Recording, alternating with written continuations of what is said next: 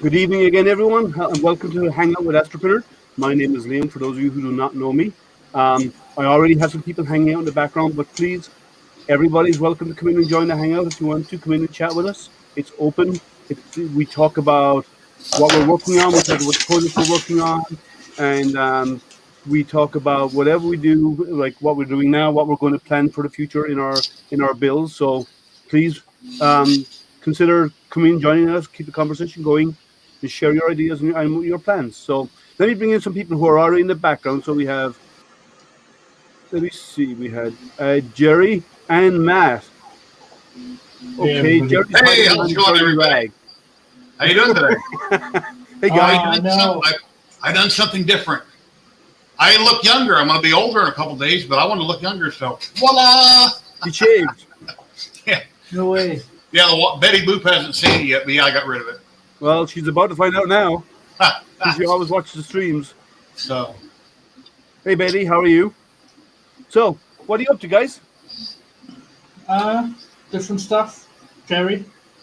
Different stuff? Wow, that's very descriptive, Matt. yeah, working on my droid project for my stream tomorrow night. Cool. So, I haven't worked on it. I should have had it done. We didn't stream last week, and I should have already had it done, but I've been working on other projects for the last 3 weeks, so yesterday and today I'm trying to hurry up and get it all done and built for tomorrow. So cool. And Matt, what is this other stuff that you're referring to?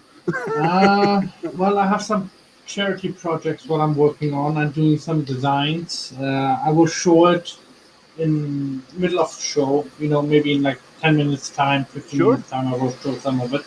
Cool. And yeah, I've been quite a bit busy. I did have time to print 2 different lithos, and one more litho is coming up. Nice. What I will show on probably on Saturday stream. Okay. Well, let me go and say hi to everybody. So, let's see. Kieran, how are you? You can come in and join us if you want, Kieran. Let me see if I didn't put it. I don't think I put the link in there, so let me paste it in there. The link is there in chat right now. Please, if you want to come in and join, click on the StreamYard link. You come in and join us. Let's see. Kieran is out there. Big birthday weekend, Jerry. Yeah? Yeah, Saturday I'm going to stream like, I don't know, 11:30 or something. I forget what time I'm streaming. 12 o'clock. Hey, cool. Hey, little curmudgeon, how are you? Hello, hello. Everyone's saying hi. Hey, Gary, how are you?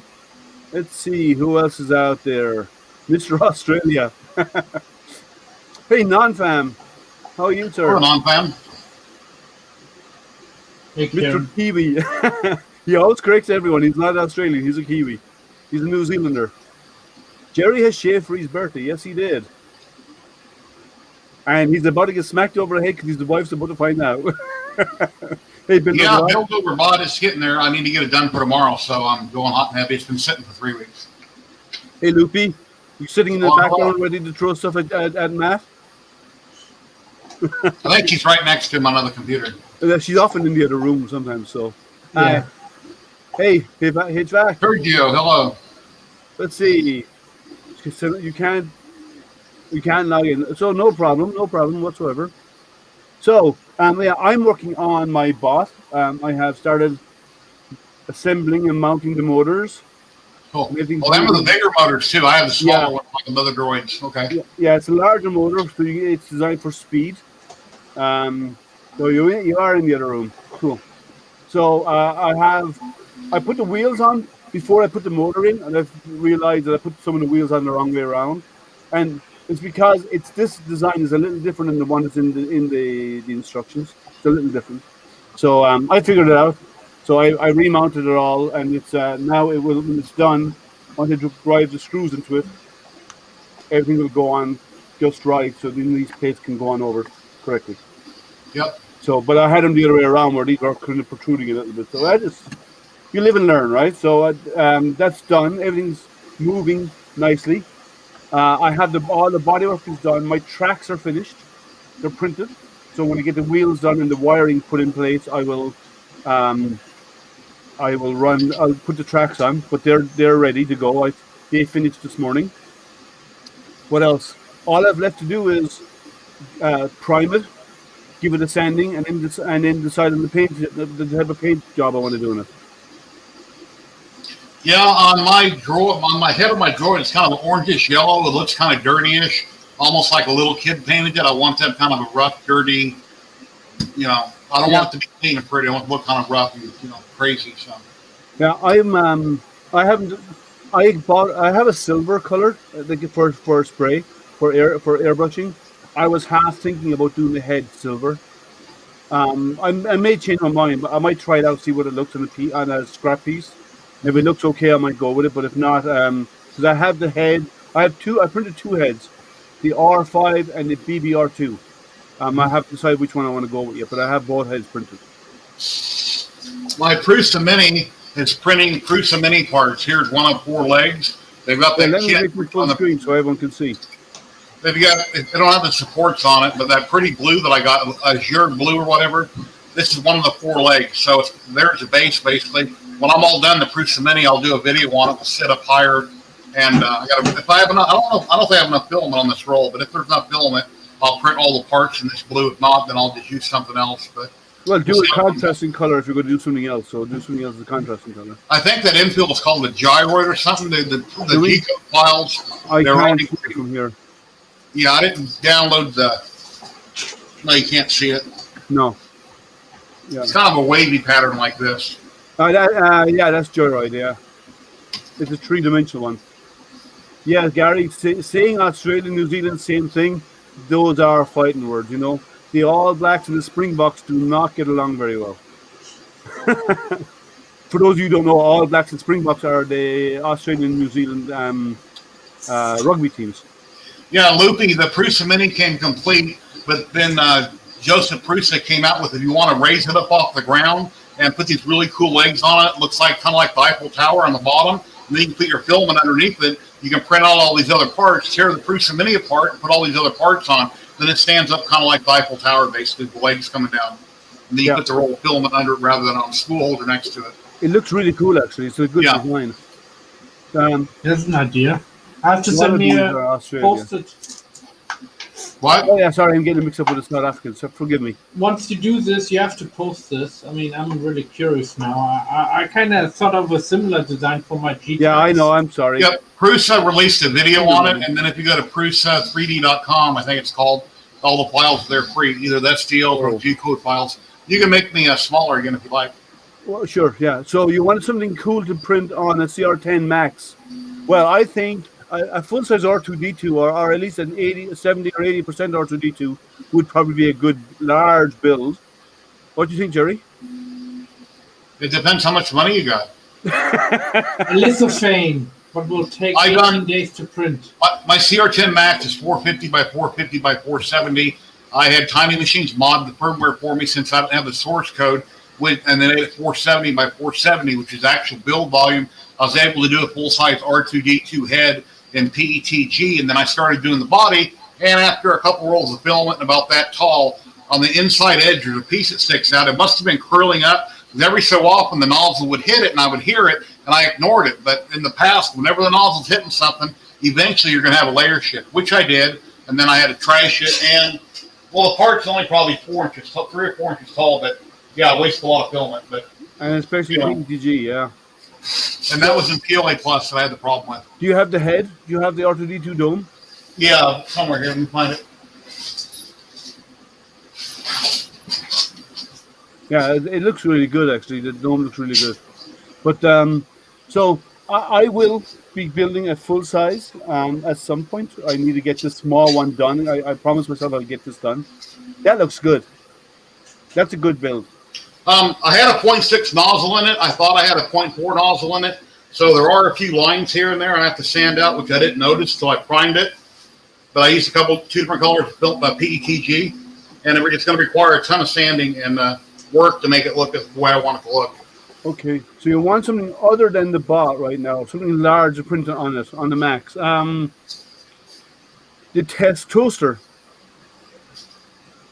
the printed large test toaster, the latest um, accuracy test, which is a toaster, a functioning toaster. Or you could do a lithophane. Well, see, the toaster will take a few days. The lithophane will take a big lithophane 18 days, will take about 20 80 to 20 days. days for a really big one. So I don't think he wants to wait that long. But But it the would be test toaster awesome. is a good build. I had to take Sandy, my one brown and white dog, to the vet today to get her rabies shots and other shots she needs. And oh my God, she just wailed and barked at the other animals and wouldn't stop. And some people didn't want to get out of their cars and stand in line for 25 minutes like I did by the door. Oh, it was crazy. She just wouldn't stop. I should have brought a water bottle with me, and I didn't, so I could spray her. But yeah, she was just going completely ballistic and howling and barking. Was it because of the heat? No, the other dog. She's just really high strung, I guess. You can buy if you in some of the pet stores, you can buy their little treats for the dog, but they calm them down. They actually kind of slightly sedate them a little bit. It makes them a little bit like puts them a little out of it. Like when you're like half asleep, Yeah. it kind of puts them into that state, and it actually calms them down if they're high strung going to a vet. Yeah, she needed something. She was just going ballistic at the other animals, trying to get to them and pull away from me. And Well, something like that would make her feel like she's exhausted, that she's tired, and she'd relax and she'd take the wind out of her sails. Yeah, talking about the clock spring toaster. Yeah, that's really cool. But what are you going to do with it when you get done with it? Go, wow, cool, that's neat. Set it on the shelf like I did with everything behind me. My professional, well, not my professional, but my opinion, try to build something you're going to use. Try to make something functional that you're really going to like. If you don't have anything laying around and you just got a bunch of little knickknacks, hey, what's going on? Yeah. Hey, what's up? Trouble is here. I didn't want to interrupt Jerry. He was like mid-sentence, like going on and like, hey, what's up? I'm like, I didn't mean to interrupt you. Yeah, I froze a couple times there, I noticed for some reason. So I froze. I don't know why. Yeah, I've seen that every now and again on your streams intermittently. It'll pause for a second and then resume fine after that. Hey, look, Chewie, I shaved. I don't look like Santa Claus no more. yeah, me too, right? Oh, you did? I accidentally I went to go put my guard on. I put the wrong guard on, and I went right up the middle, and it took it all down. I mean, this is actually like maybe 5 days grown right here, or 4 days grown since I shaved. But I had to take it all off. I was barefaced for like 4 days. I hated it. And then they made me take pictures at a wedding for it, and I was like, yeah. I usually shave before I go on a live stream, so I don't look like a slob, usually.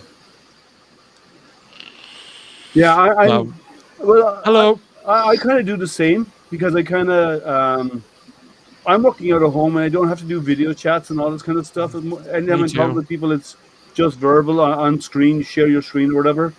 So I think most people have turned into slobs during COVID because they don't have to go and meet people.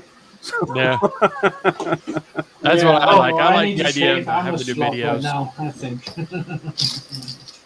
Yeah, I'm the same way, man. But I feels weird. But polish today, I cleaned up. Look. Well, when I worked my whole life, I took a shower every single day. Obviously, you have to. Yeah. Since I retired, I take one every couple days. yeah, you live in Vegas, so I mean, you get that sweat.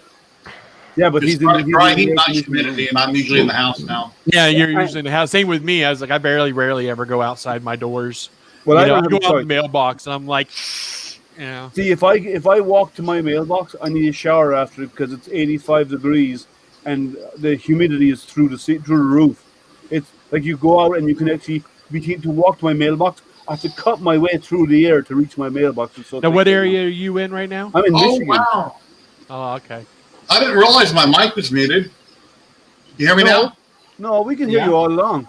Well, I had my mic muted. I just looked, and now it's unmuted, so something We're else. picking up the audio from something else then because we're we can hear picking you all along. Well, that's weird. Let me check that. Okay, I just turned my mic off. Let me look at my mic settings. Yeah, you're killing the wrong mic. Yeah, I'm gonna try to show up for your birthday on your Saturday hangout as So well. you're Wish doing it you at happy 11 birthday. o'clock Saturday? You said at about 11 o'clock Saturday morning? I'll have to check, but let me try this. That's 2 o'clock my time. You're really showing your age, Jerry, because Can I'm you hear me telling you now? what, yeah. You're really showing your age because you're getting earlier and earlier with your hangout. He's It's only like a couple I of got years to be older than done by me. 7 o'clock. Jeopardy's coming on. Is that fine? Yeah, we can hear that'll that. work. Oh, good. Because remember, you couldn't hear my sounds the other day. Now your sound has changed. It's gotten a lot more bass. Yeah. That So I sound can hear those fine. Oh, good. So So speak, Jerry. I want to hear the sounds like. What? What? No, we can hear you. That's okay. Your volume is a little low. Can you up the audio, the output a little bit? Yeah, let me look here. It's a little on the low side. But he's fine. so if you're going live at 11, That would be 2 o'clock your time. Can you hear me now? yeah, we Okay, can hear you fine. It's talking, just- you can hear me. yeah, we can hear you. Let me actually do Okay. something here. What about now? I'm going to keep talking. No, Nope. Now you can hear me. yes, Yes. Okay, tell me if you can hear my button. yes. Yeah. Okay. So I'm going to do. Oh, you're already almost at max for Mike, and you're still low. Let me go into OBS. Look. Yeah, I hear him increased fine. output. I think you sound fine. Desktop audio. Okay. How about now? Better? I think it's okay. Go on. Yeah. You're fine. Okay, I cranked it up higher. This is a 3D printing channel, not an audio channel. Well, no, people pay lots of money to try to get this Yeah. stuff right, and we need it to work properly. Nah, tell me about it. It only took me a degree. Oh, 1 second. I want to It took check me a one college thing. I want to see if my son is downloading a huge game because I'm getting some pauses every now and again in the audio on the video. 1 second. I know, me too.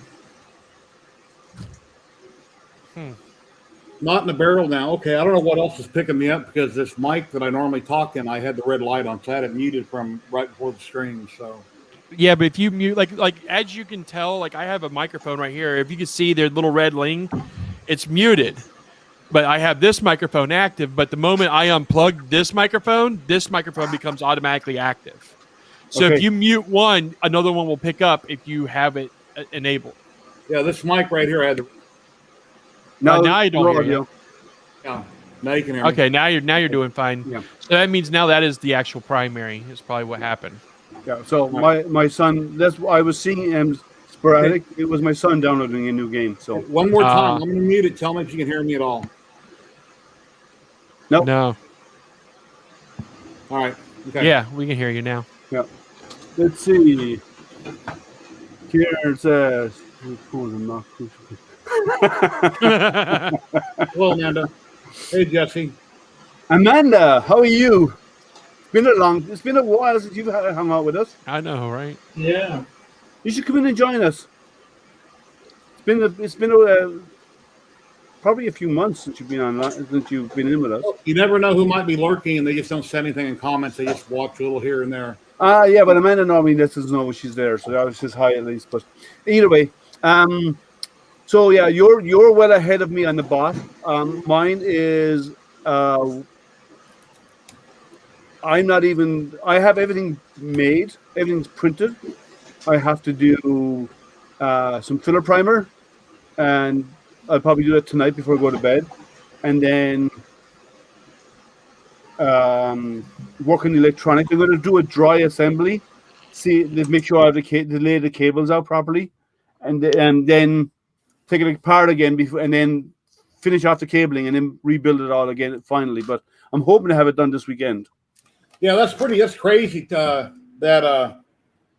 this What's tech your support call? hour? It's Yeah, always like tech support hour. 29 or 30 Raptors on the rocket. That's just a crazy amount of engines.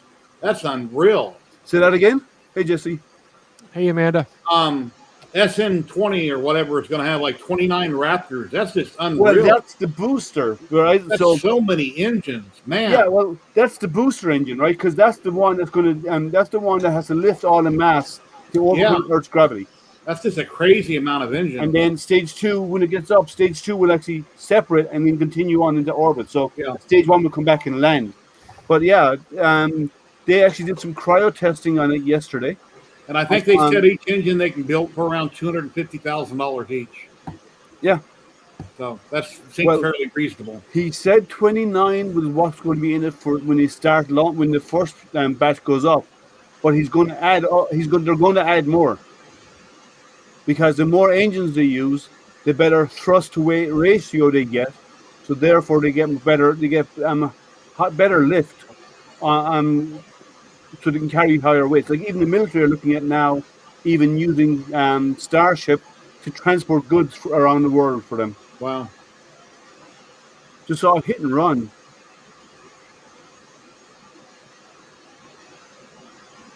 Oh. Did you get it? Did you get any details? No? Oh, wow. Yeah, I don't like people who do that kind of stuff. A few weeks ago, that plane that took off from Nellis Air Force Base crashed about 2 miles from my house between here and Lowe's, the way that I go down through like a trailer. Yeah, I saw that. And they didn't have any aerial. There wasn't any choppers. They closed the airspace around it, so news choppers didn't see it. But after the fact, they showed where it hit, came down in the guy's backyard and took out an old semi or something in his backyard. But the debris field, once everything was gone, was really tiny. And they said it was support for Nellis, so I don't think it was a jet fighter. I'm not sure what kind of plane it was. But based on the area where the dirt is messed up, it must have came straight down. Because there's no debris. There's nothing wiped out everywhere. The fences, the buildings, it's just couple cars parked here, and then the dirt is all destroyed in one area, the size of, I don't know, like 25 by 25 area. So it must have came straight down when it hit. And I don't know what kind of a plane it was, but that's a shame. Did they ever find out where the the Chinese rocket landed? Oh, that was long time. It went down the Indian Ocean. Yeah. Indian Ocean? Yeah, that was weeks and weeks ago. I don't know. I haven't followed any of it. Yeah. I just remember the last podcast I was on with you guys. You were talking about the Chinese rocket out of control, not knowing where it was going to land. So I was wondering, I didn't hear anything, but I really don't pay attention to any news. So, yeah, went down the Indian Ocean. It was some guys got video of it actually as it happened, as it came as it passed over. But and most of them, as I said back then, most of the planet is water, and even most of the land area is not populated. So the chance of it coming down in someone's home is extremely slim, if at all. Oh, Chewie, that Anycubic large wash and cure station that I got, the Pro or whatever, the really big one, which took a zillion bottles of IPA to fill it up. What I'm doing is I'm putting everything, especially if I got a Hollywood bottle, I'm going in the sonic cleaner with Mean Green, flushing it really good first before I dump all that wet resin into IPA and clean it. That way I can preserve the IPA longer and, keep it fresher longer. So that's smart. I still don't see the need for it because, I've already got my cleaning solution already down to what I like to do. But, hey, if it works great, it works great, and that's great, Well, I just don't see $200 to add another process to what I'm already doing and getting successful. Yeah, bigger prints I was putting in a Tupperware, and I was doing it by hand. Bigger prints, things that wouldn't with my IPA, so this is perfect. I brushed mine off with a brush to make sure all there is. So what I do is I rinse it, I clean it, I take it out with IPA. I brush the outside of it down with a toothbrush to clean off all and then I rinse it again because the toothbrush will actually dissolve it, and then I rinse it to flush it all off. So I used to go to the sink after IPA and rinse everything really good. And don't say that. It. But now I'm going IPA, air dry it. If I need to cure it right away, then I'll dry it with air or some sort and dry it out real good. And then I got me a compressor. I bought Harbor Freight had a 50-gallon air compressor on sale one weekend for like $30. So I just went and bought that with an air gun. And if I ever want to blow anything out, I got my drain holes. I'll just throw my compressor nozzle in there, blow 140 pounds of pressure, blow everything out of it. Yeah, that gets rid of the inside, and then I just dry off the outside. And I'll even take the air compressor gun and hit the outside just to get the little nooks and crannies that I can't get my rags into. That's what I've been doing. And then I'll tell you what, I have not had a sticky print since. Yeah, Kieran. Well, in my video, I had a bunch of parts in there, and obviously with the thing spinning in the bottom with a lot of parts. They can't agitate very well with all the parts in there. But once it started spinning the other direction, I took the top off. And you can plainly see it agitating the water, the IPA, but go in one direction. It's hard to notice. And then if you have too much stuff in there, it's hard to get it spinning around all the parts. Yeah, it does work, but it depends how much you load it up also. Well, it doesn't have a sonic feature. It's only a stirring motion, like it creates a cyclone in the center to stir the IPA. Yeah. So and then they have a sonic cleaner as well. Area. And somebody was concerned. They said, well, you got the UV lights on, and you're doing a resin print over here, and you're filming it, and you got the cover off. Aren't the UV lights going to cure that resin? I said, no, because that yellow container isn't allowing the UV to escape. But that would suck if it did, because it cured my whole vat. But no, the UV is catching on. Well, it would only cure the top layer, because after the top layer, it can't penetrate anymore. Not true, because when I take UV into a cup and I take a UV flashlight and I start baking it. Yeah, but that's a tiny amount. It'll bake it down quite a bit. Sure, it'll be hollow in the middle, so I have to go around the side, but it does cure quite a bit of it. Mm. Yeah, but man, about 24%. Yeah, you're talking about the land mass that's used. It's about 24. I think it's 30%. Is what they say of land mass is actually people live on about 30% of the land mass that we have. The rest of it's unused. I assume that's what you're referring to. So, I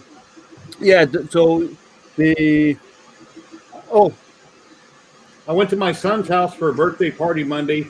I grabbed a soda and I dropped it on the floor. One of my prints I'm working on right now. Oh, nice. It's going to be Tomb Raider, Lara Croft. Very nice. So, nice. That looks resin. He's got some separation on the base and the back for some reason. Did, and I'm going to fill it. I have this gap. So how many layers? Okay, how thick is it? How many layers? 2 millimeters? Oh, I'm guessing. I was using the smallest layer height, so I'm guessing it could be about 30 layers. No, when you haul a model, you can set the thickness 1 millimeter. 2 millimeters. The walls are 3 millimeters. Huh? Here's my latest piece I got. Millimeters, and I have 10 first layers as a base layer. Oh, that's your Batman. Yeah, that's nice. I've seen that. Yeah, you showed us that for your headphone. Did I? Yeah. I haven't. I've been. It's been a bad couple of days here in the house, and I had to say goodbye to my dog. And, I'm sorry. That's sad.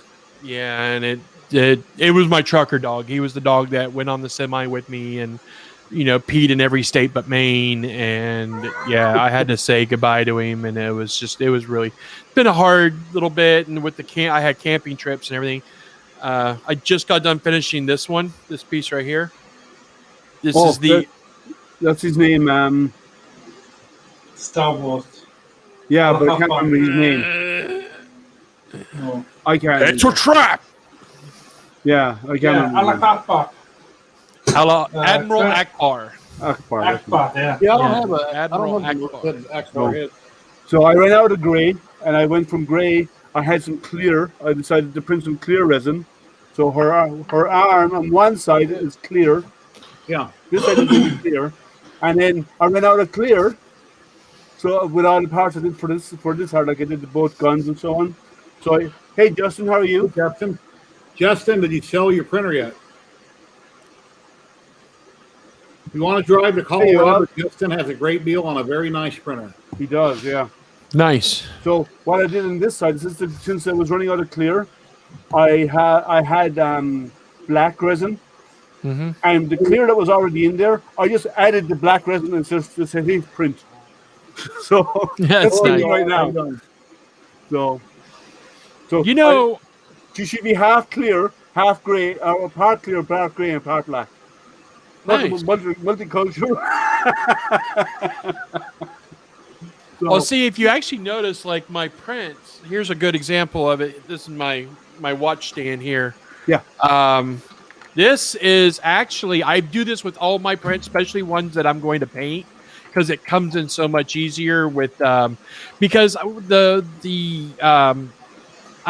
just use automotive filler primer for my priming. And the problem is, if you use Soraya Tech Gray, it's the same color as the primer. Yes. So it's hard to really see where you're priming and what you've got primed and what you've missed. Well, you can see when you put it on because it looked wet. Well, yeah, but I do mine with a 50%. I do 50% gray and 50% white. I get a lighter gray that is so much easier to prime and Well, paint. I'm not going to do filler primer on that. I'm just going to do a basic primer because it's already Yeah. good finish.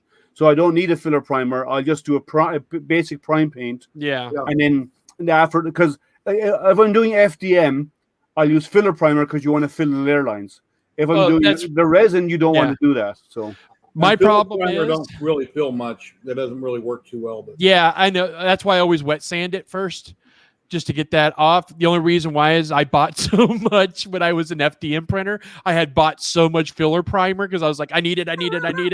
And I caught it on sale. So I'm like, I'll just buy a bunch of cans. So I bought like 10 cans of it and I have not used it up. And I feel kind of weird going back and buying regular primer now when I've got all this filler primer. Yeah. So I just so whenever I paint, I will prime it, and then I'll just take a yes, he does set pan paper and just run it right over top of it.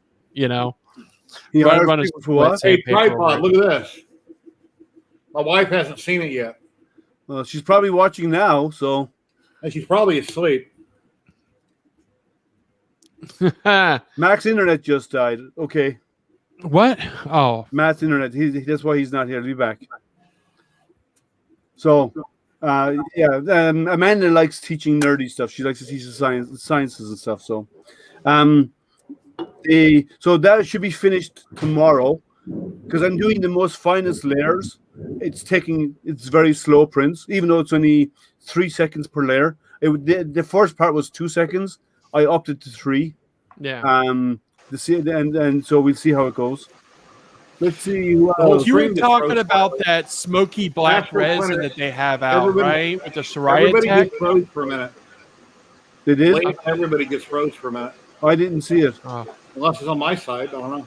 Maybe. Did everybody out there watching CS freeze a minute ago, or did it just me? I didn't notice it freeze just now. Who's that? Oh, that's a Darth Vader he has. Who's Darth Vader? I don't make me fly to Vegas, dude. So I printed this one in smoky black, and I regret painting it. I really do. That Soraya Tech smoky black. This would have been amazing if I would have just kept it smoky black, painted the eye right there, and then put a coin slot in the back and a hole in the bottom, and turn it into a bank. I think this would be an amazing bank with smoky black, where you can still see through it, but it has that dark tint to it. And I'll tell you what, I regret painting this. I really wish I would have kept this smoky black instead, because I think it would have looked way better. What happened to the right eye? Why does it look white from here? Who? Darth Vader's right eye on camera looks white. Oh, yeah, it does, yeah. That's because his helmet has got a blast in it. See it? See the groove right there? It's like it's torn. Okay. It's from the comics. I see. Yeah, past the movies where the real fans go, like, the EU and the comics and stuff. Yeah, that's where that sits. I got a maybe job. Okay. Yeah. Sometimes we all get bits and pieces to do. Like, I have more laser work to do at the end of this week. And you see, I changed your name, Jerry, since they called you Babyface. I renamed you to Babyface, Jerry. Good, put it back. Hey, if you're interested, I'd like to show off a video, a short little 30-second resin lapse. I did. Sure, as long as there's no audio involved in it, sure. Well, there's audio, but I don't know if it'll carry over or not. Well, mute the audio and play it back just because you don't get dinged on it. Yeah, and if you don't get dinged now, you will when you get over 1,000. So eventually. Okay, let me trying to think of where I put that giggity. Also means you don't have to deal with the failures, John. All right, here your video file. Is this how it works? You can get a plugin that will tell you. Here, let me bring this up, and we'll come back. All right, I muted the audio. Time and material time. I did this for a customer, and he loves my resin lapse videos when I send it to him. So this is actually the sandworm from Dune. He wanted this for his desk, so I printed it up on my Saturn, and I made this little resin lapse just for him. That's why I call it Nate's Little Worm. I've actually got the Doom theme music playing in the background as it's going up, but I got it muted. So yeah, that name can I would question your selection of names. Well, it was a joke because like it's for his work and stuff, and people are going to ask about it. And when he shows the videos, like, hey, you want to see the video of it being made? Here you go. You know, it's going to have Nate's Little Worm, and they're going to make fun of him. And you know, it's an IT thing with the he works in IT, so I thought it was funny to put that on there for him because I actually made that the file name was Nate's Little Worm. Yoav, the cost to print should be the amount of material you use, so you know how much is on a spool and how much the spool costs you. So divide it down to whatever grams, and the time it takes, and then what you think your overhead is going to be for electricity, times and 3. the amount of work you have to put into it as well, and to get it set up and to get it and afterwards. So you have to account for all of that when you're doing it. Now, I think it's. I don't follow that. I got my own pricing that I do. But everybody's different, yeah. Yeah, but that is what's recommended. It's whatever your time and materials times 3. You know, because I mean, 30%. 33% markup is the going rate for everything everywhere. Standard for everything. I base all my stuff since I do resin printing. My PO polys are $3 an hour. My Saturn's a $5. If it's monochrome where I can do it faster, it's $5 an hour. That's how I base it. Very simple for me. That works. Yeah, so everyone's a little different, but you should make sure that you make your money back. That's all you have to do. Oh, I do very well. Yeah. What was the man's name in California? He used to stop into my live streams. He has all those resin printers in California. He's in a wheelchair. What was that man's name? The guy who does all the car models. Huh? He does all the car models. Yeah, I can't remember what his name was. He used to stop in all the time. I haven't seen him in a while. Yeah, I can't remember his name, but yeah, he used to do all of the old classic cars, the resin printing of them. Yeah, that was kind of cool. He had a lot of printers though. He had something like 15 printers, didn't he? When I used to do lawn maintenance, when I used to have a solar screen business, everything, sold knickknacks, everything is basically times 3. If I paid $5, I sell it for $15. Everything. No, it's not Mylan, Kieran. No, Mylan is no, Mylan it has only got an FDM. This guy actually does it as a business. Something Wheels, and he had a website. I'm sub to him, but I can't think. Something Wheels. Can't remember his name. Oh, you're going to do the painting as well? Now, painting takes a lot of time and effort. I don't do the painting. It does. And then on top of that, I don't think I'm a good enough artist to sell something painted. I don't think I am. I criticize myself way too much to be a painter. I had a painter, but he flaked on me, so I got rid of him. And I just don't even offer painted. And in fact, I'm going more a different route. The best thing that I've noticed with 3D printing is find a niche. Find that little niche, that something that you can make that nobody else is doing. I'll tell you what, the guy that got me into 3D printing is my older brother or best friend. He was the best man. I actually still have the printer. It's right over there. He gave me a printer for my birthday.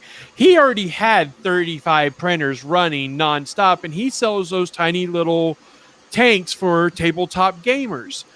He beat out everybody, knocked everybody out of the market completely, and took it over completely. And now he just sold it off. He just sold it off and took a big chunk of money, and he's doing real estate now. But people that can't paint, a lot of times with a rattle can, you can prime something and you can make it like bronze, you can make it silver, make it gold, make it look like granite or stone, and go with one color. You prime it, and copper rose. All different colors, you just go with one solid color. And there's so many different colors to choose from. Just go that route. Rust-Oleum copper rose right there. It is beautiful. And it is absolutely beautiful. Spray can. The other thing you can do, Yoav, is find someone that you know who does painting, who's an artist, and they'll flake on student, and find out how much they charge you to do the work for you. Because painting is if it's one color, you can do a rattle can, but if it's detailed coloring, then you need to get somebody else to do it, someone who's good, unless you are good at painting. And then on top of that, depends on the size of your prints. I mean, you're not going to really airbrush a 3-inch little miniature Warhammer. You know, I mean, you're not. It's You're gonna hand too paint it, tiny. You got to hand paint that stuff. You know, and then when you talk about miniatures, that's the big name is Warhammer. And Layer if you try Smith. to do anything Hello. 3D printing Hey, with Layer Smith, how are Warhammer, you? Warhammer comes after you. Yeah. Just saying. Just so you know that Warhammer is on a rampage to go after all 3D printers that try to print their stuff. Like they're just out. They sick lawyers on everybody. Well, Well, my I first do that too. live stream the other day, did you notice that I had 3 trolls pop in and one I got on screen? I think I booted him before he did what he did. I think Liam was there. No, it was. I came in just afterwards. Okay. Now, the minute I seen him in StreamYard and realized what he was doing, I booted him, so I don't know if it hit YouTube or not. I don't know. What was that? It was some 3 trolls trying to pop into my stream, and I was randomly inviting people in. And then I started saying, if I don't recognize your name, I'm not going to let you in. I mean, and it's going to get to that point because there's always going to be trolls. Yeah, he was doing out something there. obscene, and I seen it on screen, and then I kicked him that quick, and I don't know if it made it YouTube. Well, it may have made it out there. You might want to go back and check, and if you can find it, it was within the first 40 minutes because I came in about 30, 40 Yeah, I minutes. can't remember when it happened, but it was something like that. Well, that sucks, man. It just makes you sick sometimes. People want to do that. I mean, why ruin something that somebody works hard for? This is not easy. What these guys do here, this is not easy. Oh, I kicked the wrong one. Why did you kick me or what? Come back in, Chewie. I was actually kicking out your screen share because it was I've done that using a before. space. Accidentally booted I'm people sorry, on Chewie. accident. Please rejoin. I'm Yeah, you sorry. hit the wrong button.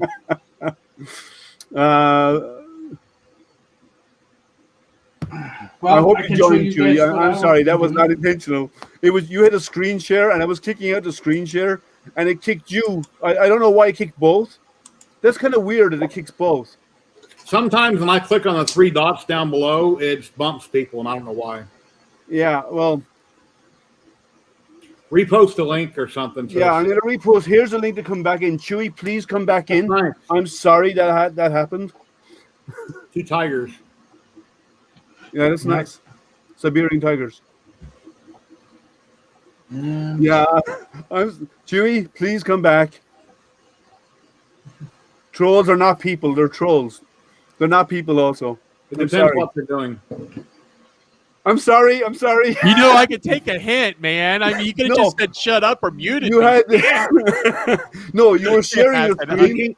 Wow. You were sharing the screen as well, and I was kicking it out. I was trying to kick out the share screen. When I was kicking out the share screen, it kicked you as well. It shouldn't have. Oh. It should have only just killed the screen share. We keep randomly freezing. Like I said, I don't know if it was on my side or not, but a minute ago, everybody froze. I know I asked that too.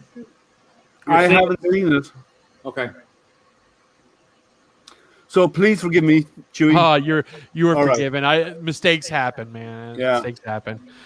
I was just like, Lightspeed was whoa. funny. I'm like, did I just get kicked? Yeah, you kind of did. That's but the last time I accidentally. say something nice. Yeah, I know. Speaking of light speed, talking about Teslas now, I was watching some videos on YouTube that all these Teslas have cameras, obviously, all around the car. Yeah. And when they're parked, they're catching all kinds of vandalism and stuff going on because all their cameras and all the parking lots are filming everything. And it's a good security system, just to help other people out. Like one lady put groceries in her car and went to take the cart away, and the front camera seen the guy waiting in his van when she walked away to run around. The Tesla caught him running around the vehicle, grabbing her purse, and they wound up, I guess, catching the guy. But yeah, pretty No, crazy. Teslas. But even the new Ford. What is it? The Mach-E. What is it? What's their high performance Ford car again? What's it called? The GT? No. Someone's going Mach to tell 1? me. No, the what do you call the Ford car that has the horses, the stallion? The Mustang? The Mustang. That's it. Thank Okay. you. The Mach-E has the same. It has all the cameras all around it as well. So they all have that because they use it to monitor what's going on around it, and to use it for monitoring Yeah, the. my car has cameras all around it. Sorry. My car has. I have a 2020 Ford Escape, and I got cameras all around my car. Yeah, it's a Mustang Mach-E, correct. And it Elon 3000. Don't wait. That's probably going to come. The Roadster that's releasing later this year, I believe. The new Tesla Roadster. Yeah, I am Um, not a fan of their SUV though. Oh, I love the truck. I'm not a fan. What the only problem? The It only reason looks why like it literally looks like an SUV out of Total Recall. excellent. And the only thing there's only one reason I would not buy that truck, and I would love to buy that truck. The only reason I would not buy it is I can't fit my telescope in the back. The back Yeah. slopes down, and I don't have the physical height for my scope to be in there and covered and protected from the elements. That's the only thing that would turn against me How buying often do you load your telescope into your truck? it. Other than COVID, 3 or 4 times a month to go out to astronomy event. Keep the vehicle that it fits in, and then buy the other vehicle for pleasure or something. Yeah, You can have more than one vehicle. I miss Yeah, my my buddy of Mustang. mine's got the Mustang as well, the Mach-E. I had a beautiful Mustang. It was gorgeous. Her name was Lilu. She got destroyed. I miss that. I miss that Mustang. So tripod because Karen got cameras through when he goes through lights. Okay. Oh yeah, I'd buy it. I'd buy it if I could, but I couldn't put my scope wouldn't fit it. Hey Stephen, how are you? Hey, That Steven. was fixed. I'm Stephen. Jerry can explain, but what it was is there was a connector that was on wrong. There's a bracket on the bed of the Prusa that the Y belt goes in to lock it in place, and it wasn't centered. So when I put the bracket on underneath the bed, when the bed went all the way back, it was hitting a stepper motor. So once I realized that the bearing wasn't hitting the frame in the back like the bearings hit the frame in the front, I flipped that around, and that fixed the problem. It explained that very clearly in the paperwork, but during my live stream, I had different issues reading what it said on the screen from a distance. And the people that were coaching me, between both of us, we kind of got it wrong, but I solved it later that night, or later the next day once I got it built. I talked to Prusa, and I talked to the second Prusa guy, and he mentioned, well, are the bearings going all the way back, the travel and hitting the frame, and they weren't. And then I said, well, wait a minute, and I looked to see what was wrong, and then I had the bracket wrong. But it prints great. So, And personally, on the little printer, I mean, everything on the screen is so easy to understand. If you know nothing about printers, it's really hard to screw up on this because it explains everything, what to do in detail. There's no guesswork. It's like it tells you. So very simple to work with. yeah, It's not a printer, but that's fine. I have a Ram 1500 with a full cap on the back of the bed right now, so I have plenty of vertical height to get my scope in. Because for anybody who saw my video on my channel, and I showed my scopes out my driveway. I'm going to have to watch that. The really big scope, the really big 20-inch reflector, that has wheelie bars on it to move it around because it's so big and heavy. And I can run it up the ramp into the back of my truck and put it in there, and it has enough vertical height. If I didn't have the vertical height issue, it's not an excuse to buy a new telescope. There's an old truck that I drive. That's can't my get away with that. car. They both have shitty paint jobs. Well, they're baked in the sun all the time, so. We can't see very well. There's a camera looking at this room that I'm in now. There's a gazebo on my side property. You know, I was actually thinking about Julian the other day. Me? Yeah. Oh, I was at my dad's house. Please don't say you were near the bathroom. No. I was outside staring up at the sky at my dad's house, and I told my dad, I'm like, if you ever get high-speed internet out here, and it's unlimited high-speed internet, I'm like, I want to put a sky camera out. I have one. Yeah, I know. That's what I was thinking. I was thinking about you because I was looking up, and I'm like, my dad's got a big, huge shot of the sky, and like right there on his property, and he's out in the country. He's out in the middle of nowhere. So when it gets dark, you see that sky. Like it's big and open. So. 1 second, Matt, what's up? Chewie, why not get satellite internet? It's not that fast. Satellite internet is not that fast. They got some improvement. I mean, some of them have up to My dad has had 1,000. 2 different kinds of satellite internet. My dad has had the internet that comes right now. He's got the internet that Agreed. comes in across the cell towers to a modem that goes into a home modem that comes into the walls. But the thing is, he doesn't have unlimited. All the satellites and everything else, they're not unlimited. They're limited. He only Really? gets like 20 gigs a month, and that's I it. mean, I'm pretty they all sure. suck. I was looking at the deal not too long And they're ago. slow. It was Let unlimited. me tell you what, you might as well went back to dial-up. They're slow. Yeah. Now, what is it? Skynet? I think it's- Skynet? It was yeah. just Terminator? No, not Skynet. What was the one that Elon Musk is working on? Oh, you're talking the I know it's Sky something. It's I want to say Skynet, but that's the Terminator one. yeah. It's, Yeah, but okay, so Yeah, Elon Musk, the Tesla. yeah, they're putting the internet. low orbit satellites up, and they've got it over on the West Coast right now, and it's working great. High speeds. I mean, it's up to almost a gig right now. They don't have Download. data. But they're putting it up in more places, but they haven't expanded it out. But it's a bunch of low orbiting satellites, and he's got that internet coming out. My dad's hoping for that, but I guess his internet company that's out there, they won't come down the road. He's right there on the major highway on a county line where their jurisdiction ends. And they're like, we're not going to spend the money bringing wire down for 3 houses down this road at the very end of our grid, is what the company that is in his jurisdiction of getting high-speed internet tells him. But they just got bought out by another company, and maybe they'll come and run the line because he's right there. He's not that far. I can run it my damn self. Well, I'll they're climb all up that giving pole the wrong myself. name, by the way. It's Starlink is what you're referring Starlink. That's what I don't know why I was saying. And Kinda.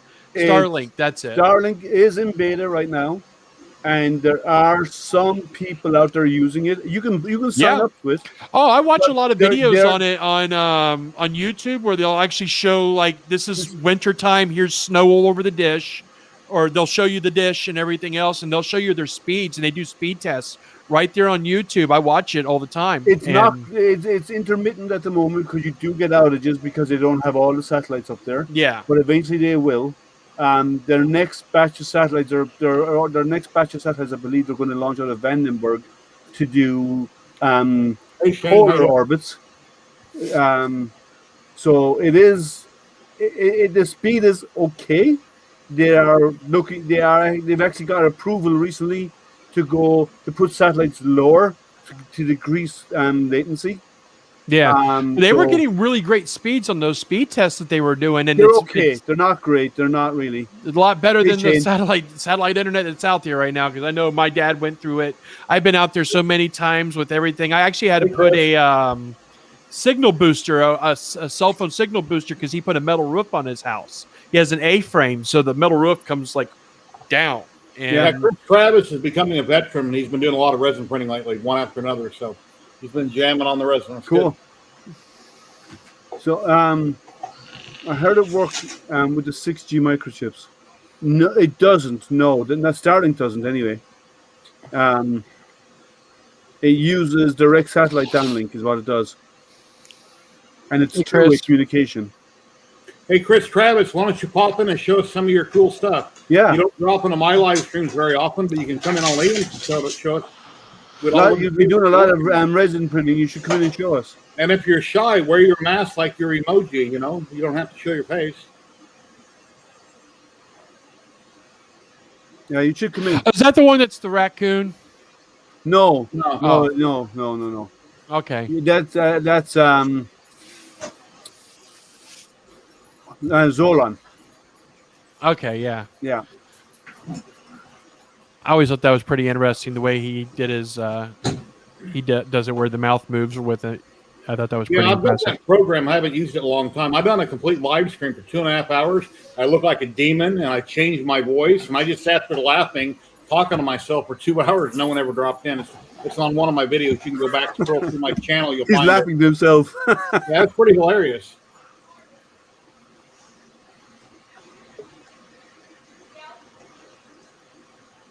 Hey, how are you? There he is. Making big.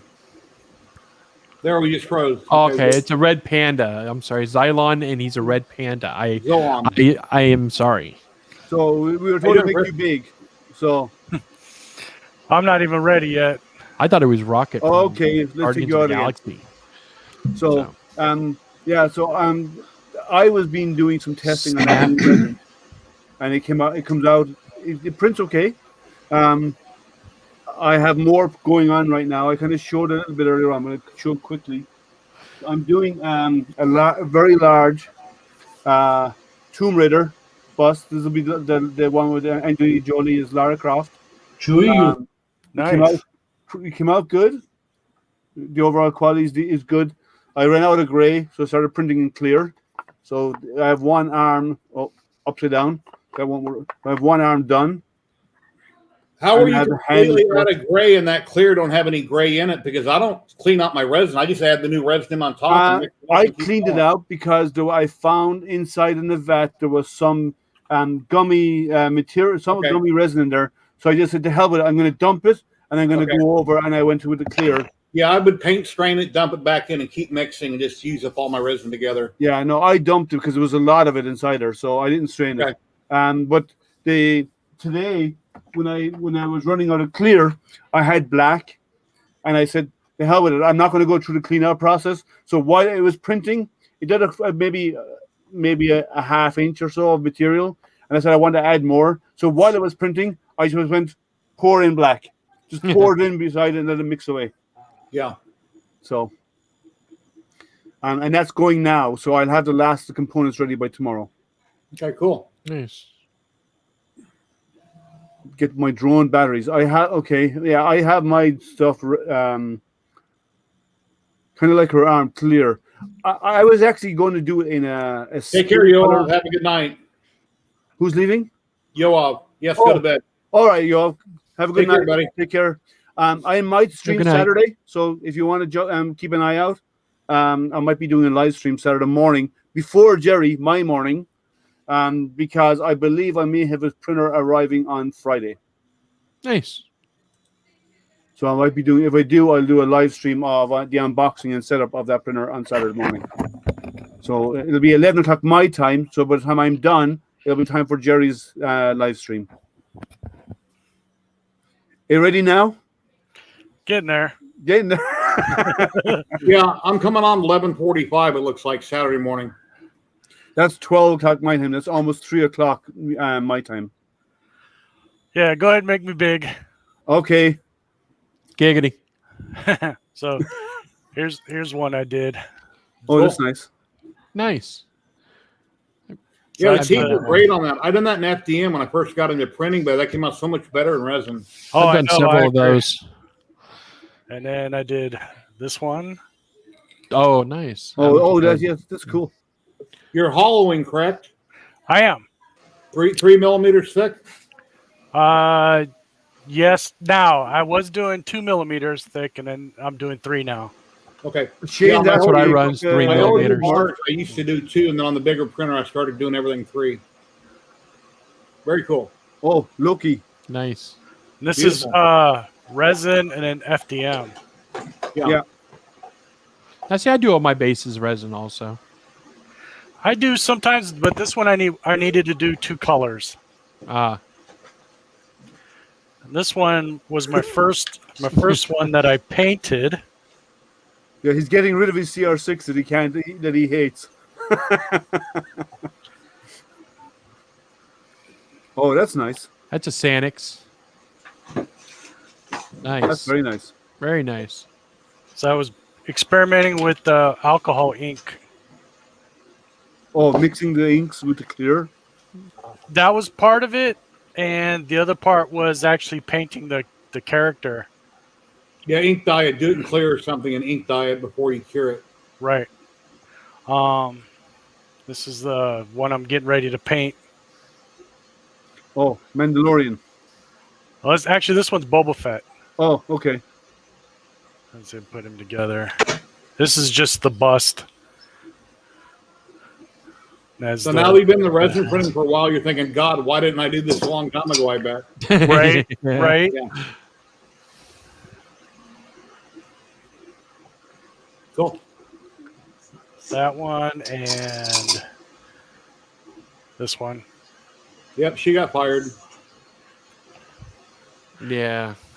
Yeah, that's unfortunate, but You got to be careful what you say nowadays. It's unfortunate how they did it. right. Yeah. We should all do our live streams mute, don't talk, so we can't get in trouble. Well, I kind of know that if I'm not in trouble, I'm not doing my job. So, But that's about it right now. I mean, Cool. I have a couple other things, but there's some in my daughter's room that I printed that she wanted. So, like the Jack Skellington, I did a full statue, and she's gonna Nice. paint that. And she's working on painting my my Black Panther bust. oh, cool. Yeah, I don't paint. If I can't spray it out of a can, I don't know if I'll do a good job of it. Yeah. I might give that an attempt. I'm doing it for a review of a resin printer, so I'll finish it. I'll give it a basic prime.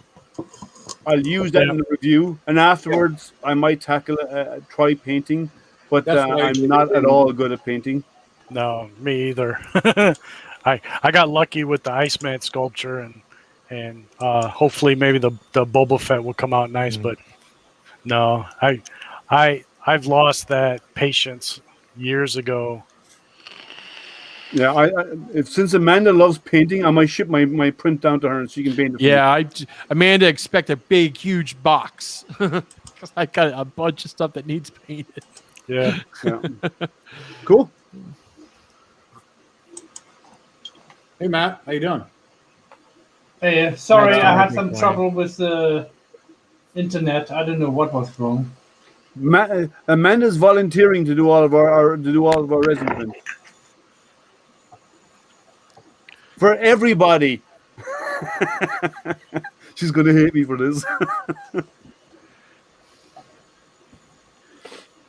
Amanda's going to catch carpal tunnel from this channel. Yeah, I'm the same. I can paint the wall. Yeah, but are you yes, but Amanda, are you inexpensive is the question. What's the bulk rate? Come on, you have to come back in and give me a hard time over that one. Come on, I'm giving you ammunition here and you're not using it. I mean, when she says I'm not cheap, oh, she's in California. She's definitely not cheap. Hey, Zon. Hey Zola, Yeah, come in and yeah. join us. So long, yeah. So many, I just can't. Mr. Bean style. She's not in here to defend herself. I can't. Yeah, so by the way, Shane, I reached out to I- Jim and on email and I got no response. Because you told me he was looking to reach out to me. I didn't get any response. I did ping him, so for a personal water. What do you mean? What's a personal watermelon? It's a COVID. It's COVID free. That's why it was I'm advertised. sorry, Zolan. The link It's is personal sanitized there. watermelon. I think that's one of the little mini ones, right? I didn't think watermelons are supposed to be this big. If they're not as big as your head, they're not a watermelon. It's a genetic food. Okay, then it's not a watermelon. It's a watermelon mini. Oh, Zolan's flying again. How are you, man? I'm tired. Hey, Know Liam, the can you feeling. make me big again? Okay, sure. This I'm one- tired. This one's Right. all FDM. I saw Right. that. Who Do- was oh, it you that did that signed it? one? This one was done by Hex 3D. Yeah, that's it. That is Hex 3D. I'm in this Patreon Yeah. group too. Yeah. Yeah, I love Hex 3D. Every day is like Christmas when you open it up to see if there's a new model. Right. And I just gone over the 3 months, so now I have his whole back catalog Oh, well, your wife's gonna hate you. Yeah. You're going to get so the amount of resin that you need is going to increase greatly. Oh yeah. Yeah. Make friends with resin. What you should do is reach out and make friends with resin manufacturing companies, and tell them that you review all of their products and so on, and they send you a whole lot of samples. Good luck. Oh yeah. I've been trying that one. Yeah, if you But, don't have a group or a channel, it's hard to get free stuff. I know, Yeah. yeah. And Occasionally, it's funny because I had a live stream of me airbrushing one time. I had posted it up. It was one of my first ones I ever did. I posted up. He came in there and he told me, he goes, "Yeah, I've been responsible for divorces." People have blamed him for divorces because of his group and all the resin printing. All the guys had to have resin printers, and women got mad and divorced them over it.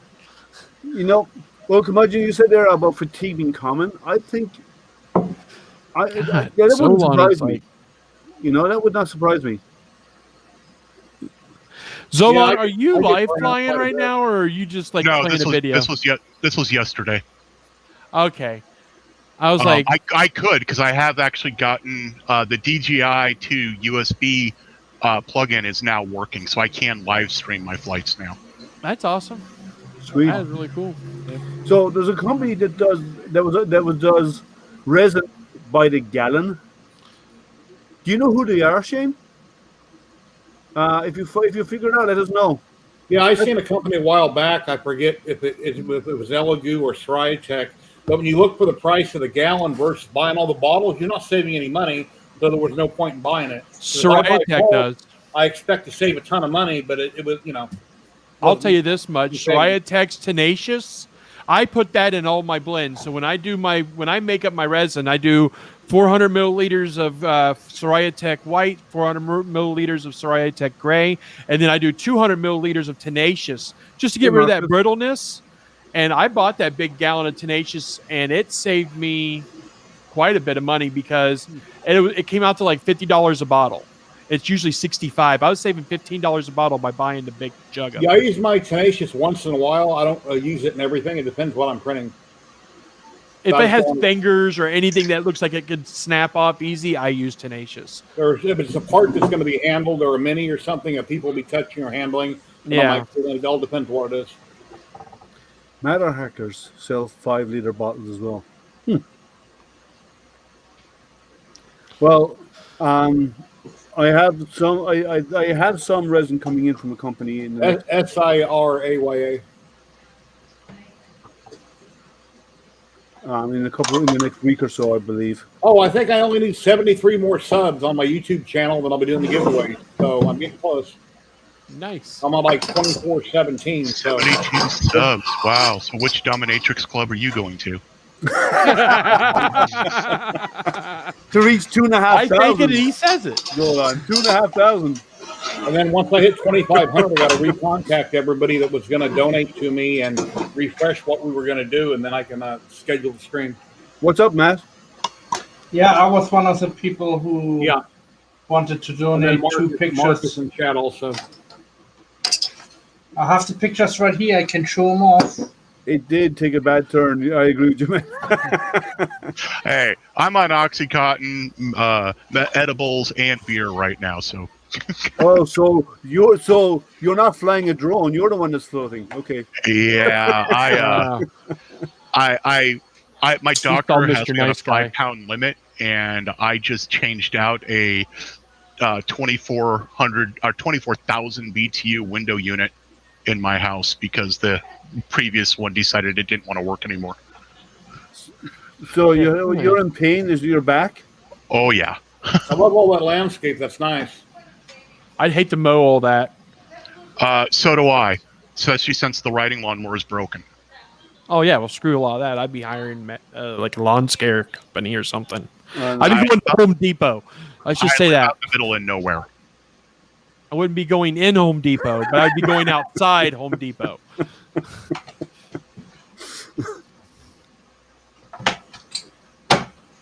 Liam, I was trying to poke your eyes out with. Oh, okay. I don't understand where you're getting with that. But so yeah, it's kind of He's probably talking about the bust on the model. yeah. I'm assuming he is, but what else is there? So that and my droid is what's keeping me busy.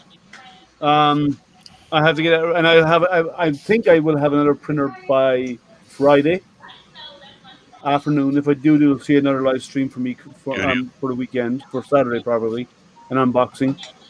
Um, it's one of the it's a folding printer, so it comes folded and you take it out of the box and you stand it up and you put in a few bolts and you're done. So your Z just gets stood up. So My we'll see how keyboard that trained works for out. the Pro. I was supposed to have a guy come out and look at it to buy it today, and on offer up, and he net, whatever. He said I'll be there in an hour, and then 2 hours later, I said, I guess you're not coming, and he didn't respond. He might turn up yet. So. And I don't deal with people Waiting after for him to dark. whack his drone on the lawnmower. Yeah. No, actually, I don't.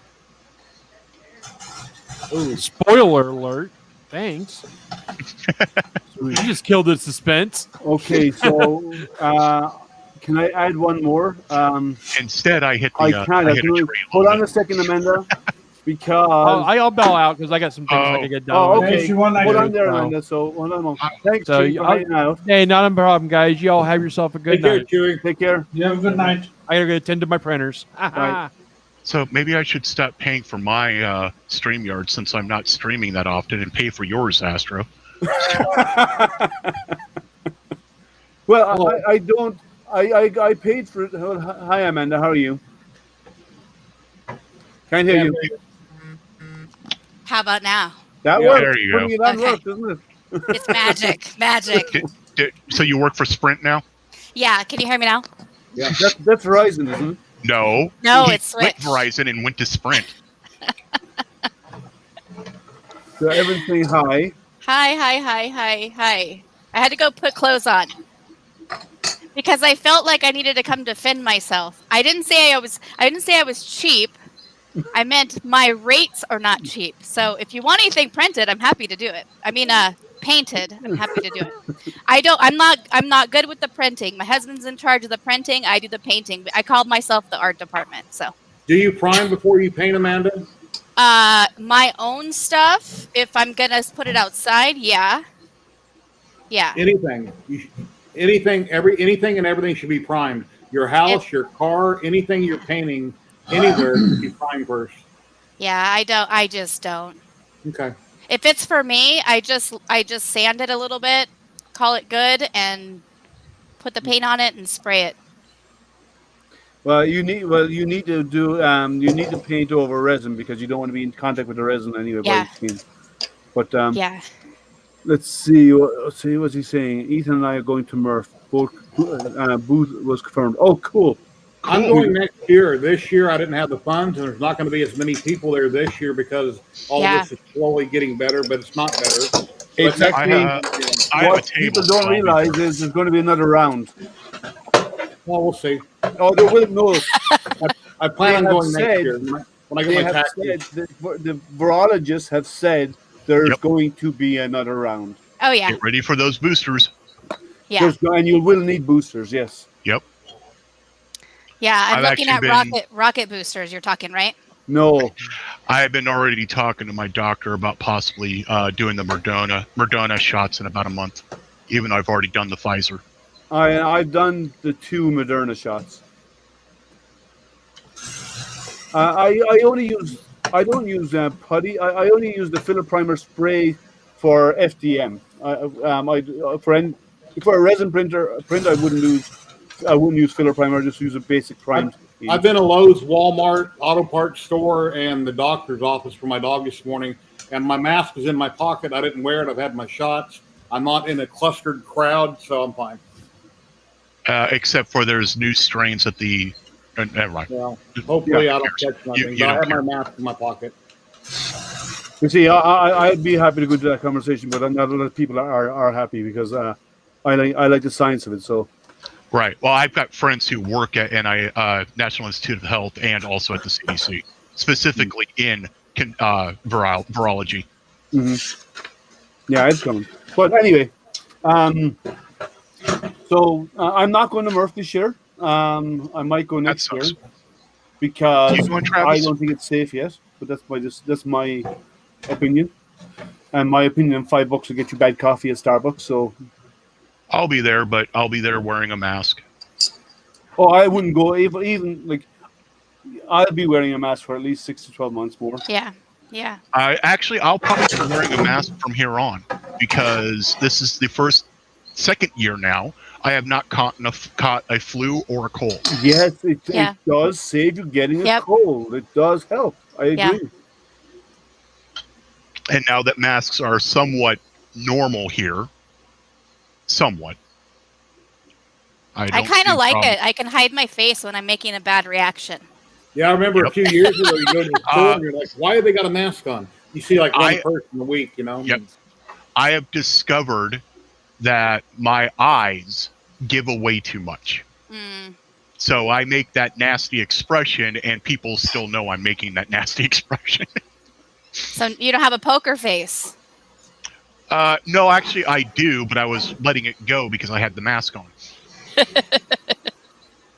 Well, I'm telling you, there's people who in many other countries who wear them all the time, and Yeah.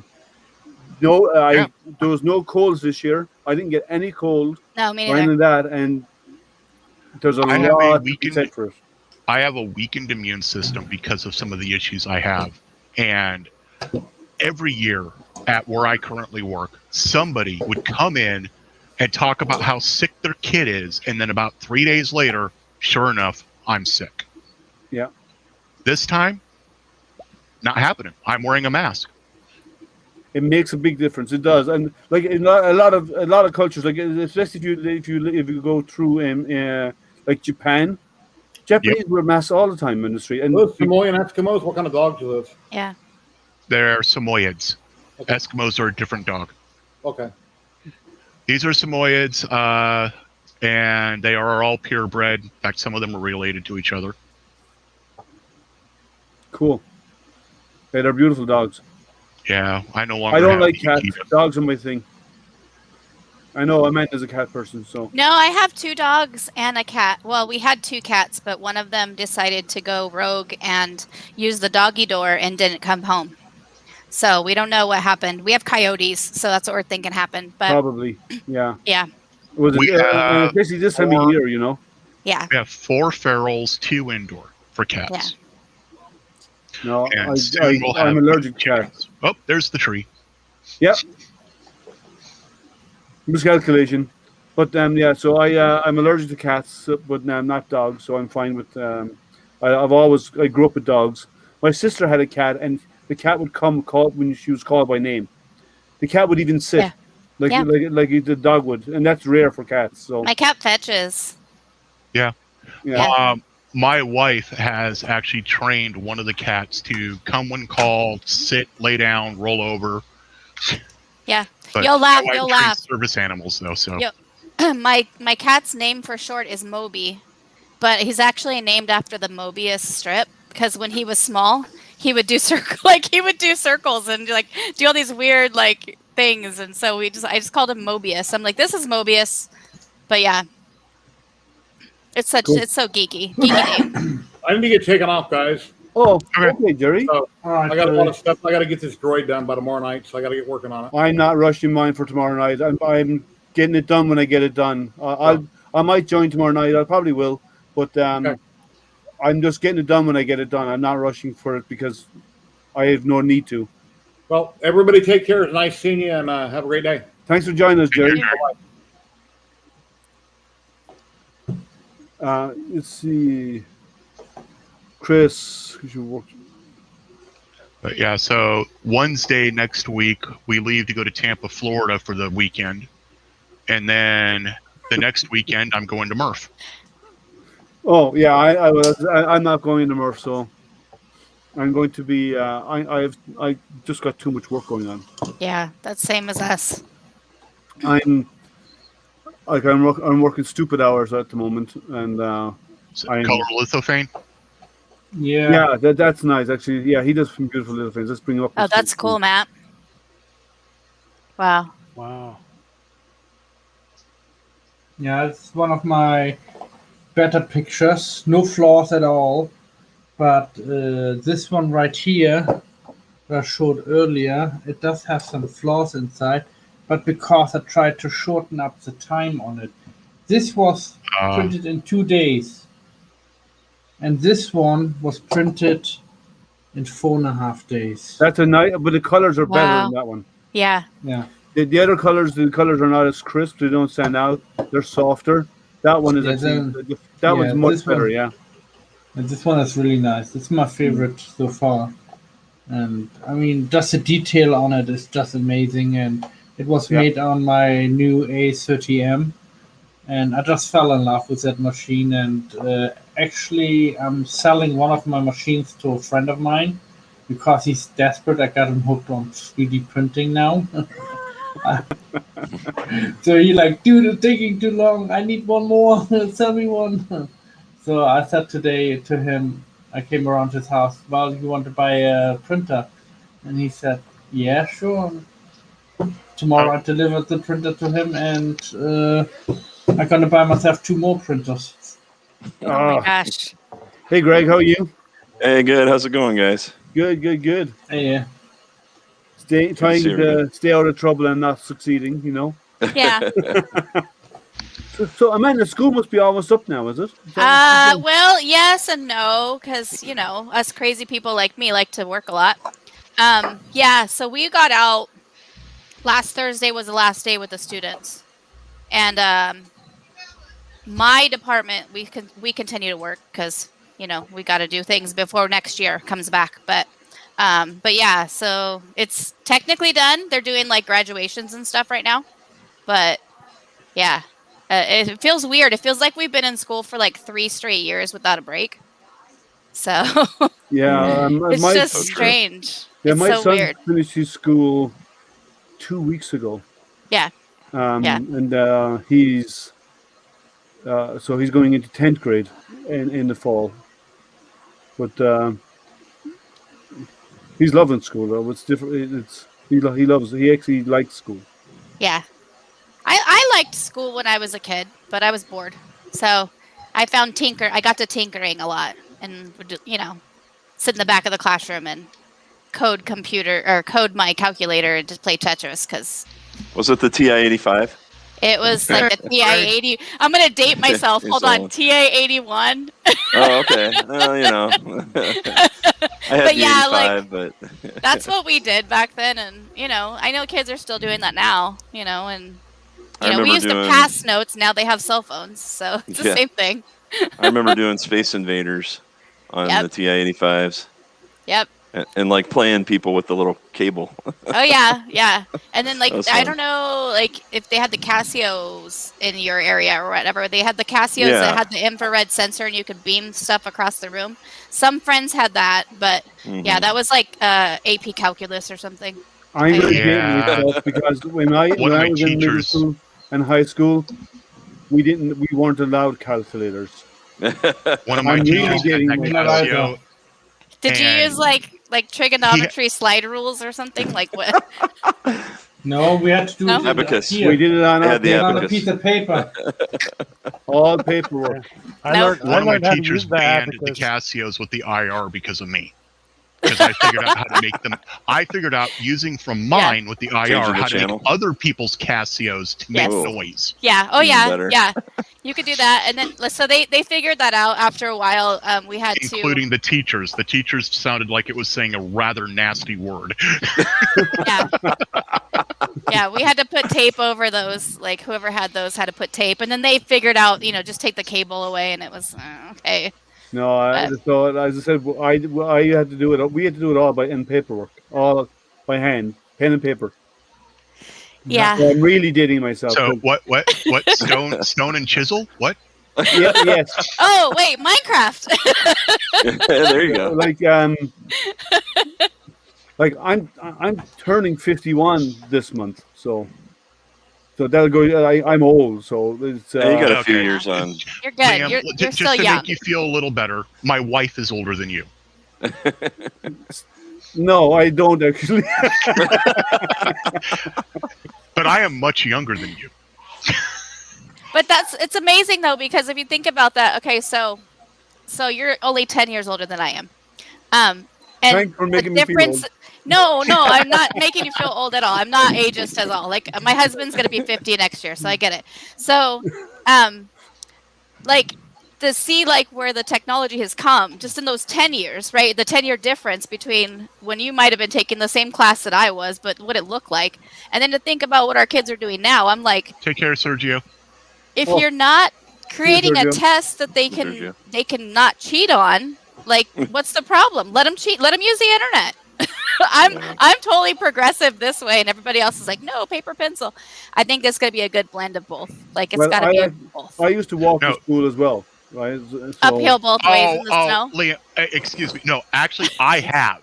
I walked to elementary school uphills both ways because it was 5 miles, and there was a valley between us in snow because it was in Alaska.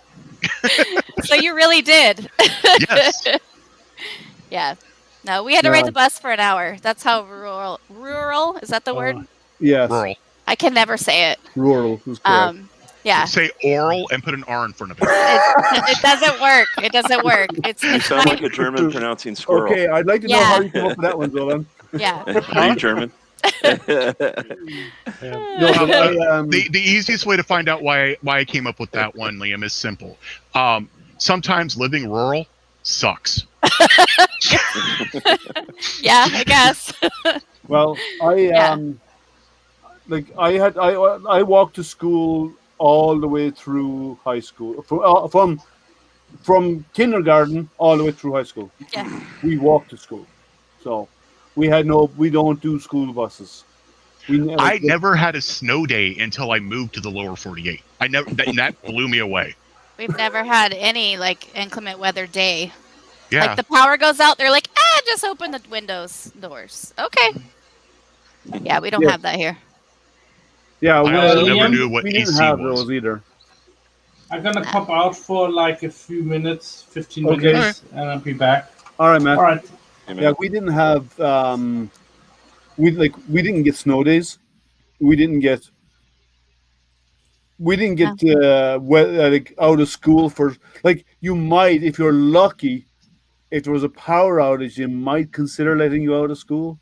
They might, and only if it was the hottest of hot days, and that's just before or just after. So, in so Ireland, he's old enough that would have been before climate change. So if it got above 70, no. 70. So what was warm? warm? I grew up in Ireland. Like 70 is almost unheard of. That's a heat wave for us. Yep. Yeah, grew up in Alaska. Same. Yeah. If it was 70 and you were in school, things were really wrong. Wow. Yeah, we used to walk. We used to walk when we were younger, and then we moved. And then it was like we lived on the ranch, so we had to take the bus because the city high school and elementary school was like a long way away. Yeah, well, my from my home, my high school was about a 25 minute walk. Wow. So and it was uphill, because we were actually literally at the bottom of the hill that leads up towards the school. Oh my gosh. And then and the worst thing is if you're a little bit late and you're walking fast, you get cramps in your shins from trying to walk uphill fast. Yes. Your shins cramp up. It's the worst feeling. And then my kindergarten and other schools were about 15 minutes walk each from me. We don't do what we call middle school. I suppose my middle school was closer. Middle school was 10 minutes away from me. But my elementary and my high school were pretty long walks. We did not have AC either. We never had AC. In Ireland, we don't have air conditioning in homes. It was 88 degrees Fahrenheit here today. And yet our dew point was 88 degrees Fahrenheit. Oh my gosh. 111 heat index. We have to have the AC here. There's there's nothing in Ed code though that says they have to have air conditioning. So when the air goes out and it's 120, it's great. Yeah, and our front room AC went out. Oh, yeah. Ugh, it's such a pain. That's why you had to switch it out today. Yep. Well, Arctic dogs. Yeah. Well, I have. It's hot here. It's about 88 as well here. Like the air is the humidity here because we're surrounded by the Great Lakes. Oh yeah, yeah. So Yep. the humidity here, you walk out, you have to like I had to walk down my driveway to the mailbox, and I had to bring a machete and cut my way through the air. It was just like That's why right? I have that big filament dryer back here because I'm like 3 miles from Lake Erie.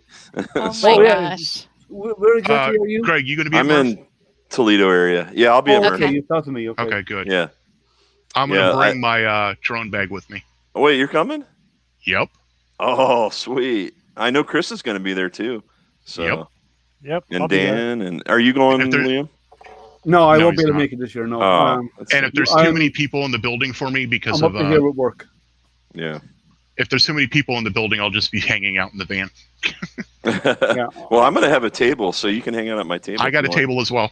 Oh, did you? Okay. Yeah, I manage 5. I cover 5 products, and they're all releasing this month. Oh my gosh. 5 new releases this month. So yeah, I'm You're done. I'm up to here right now with work. Yeah. So, This is your break. Yeah, that's no, I don't get those. Oh, No, nice. because I have one product that releases every month, and I have another one that does quarterly, and I have another one that does and one of the others them do every 6 months. So and every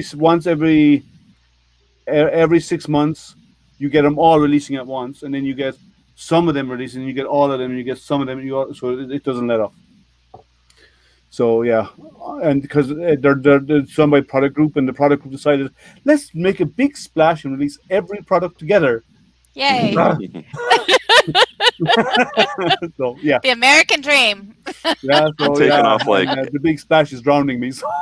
yeah, I'm taking off like every Friday this month because Yeah. we have like graduation for my oldest daughter, graduation party, and then Murph, and then what's the other thing? Oh, Code Mash planning, and then something else at the end. Oh, my birthday.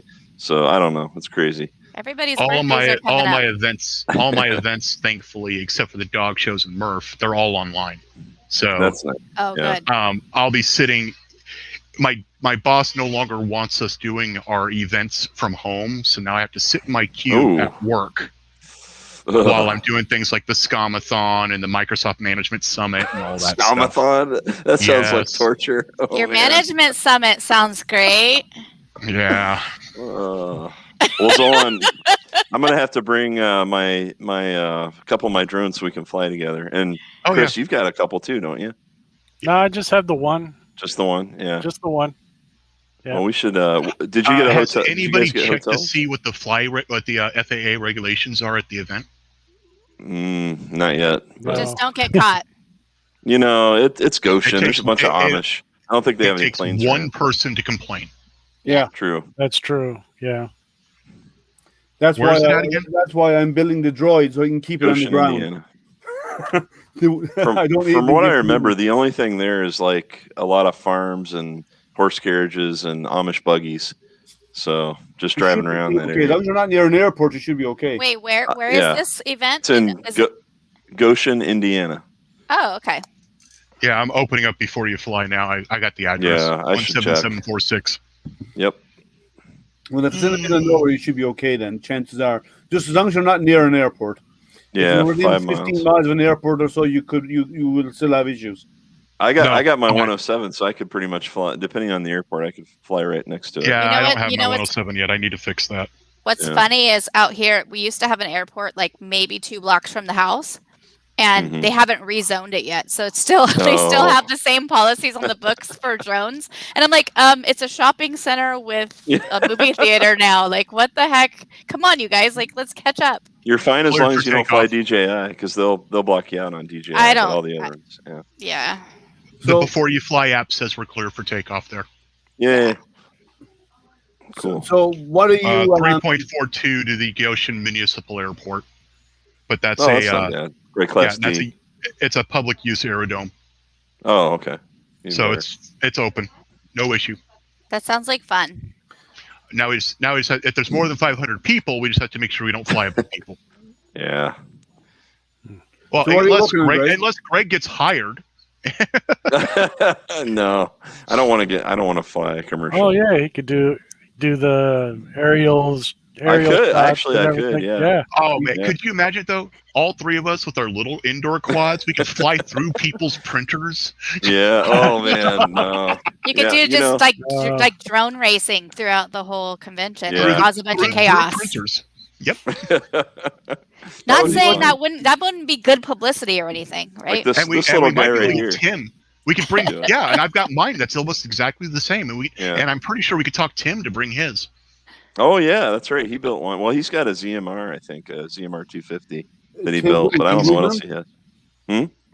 Tim who? Yeah, from TH3D. TH3D. Oh, Tim Hoogland. Okay. Yeah, Tim Hoogland. Yeah. He'll said- be there, I'm sure. Yeah, he'll Yeah. be there. Yeah. I thought he said he wasn't going. TH3D's not going, but he's going in person. By himself. Oh, Yep. okay, Yeah. okay. So Yeah, the All right, company's they saw not the the announcement. company's not doing a booth. yeah. Right. That's a Yeah. bummer. They had a good booth, I remember, back in 2019. Yep, they did. Yeah, I'll probably go to it next year. But Yeah. I can't plan too much. The reason why is I need to reserve my my being good points for my for the solar eclipse in 2024. Oh yeah, there you go. Well, that's So a ways off. Got plenty. Wait. I need to build them up. You need some badges? Here. This one says like I went outside today. Here you go. There you go. How about here some put pants on? That's Oh, I like that one. Oh, I didn't earn that. I didn't earn that one. learn something new. Just don't stand up, Liam. Like I'm still, I think you guys all got this one. Went makeup free. Yeah. Yeah, I know. Yeah, I make a pre today. Yeah, those are all my badges for the quarantine because Did I you got make bored. those? No, actually, this lady on Etsy, and I'm gonna flub her name, so I won't even try it. But this lady on Etsy makes them. They're adulting badges. I've Those are actually when we went into quarantine, I got all of them, and so I was like gonna wear them on a sash when we went back to school, but I never got around to it. That is funny. Maybe next year.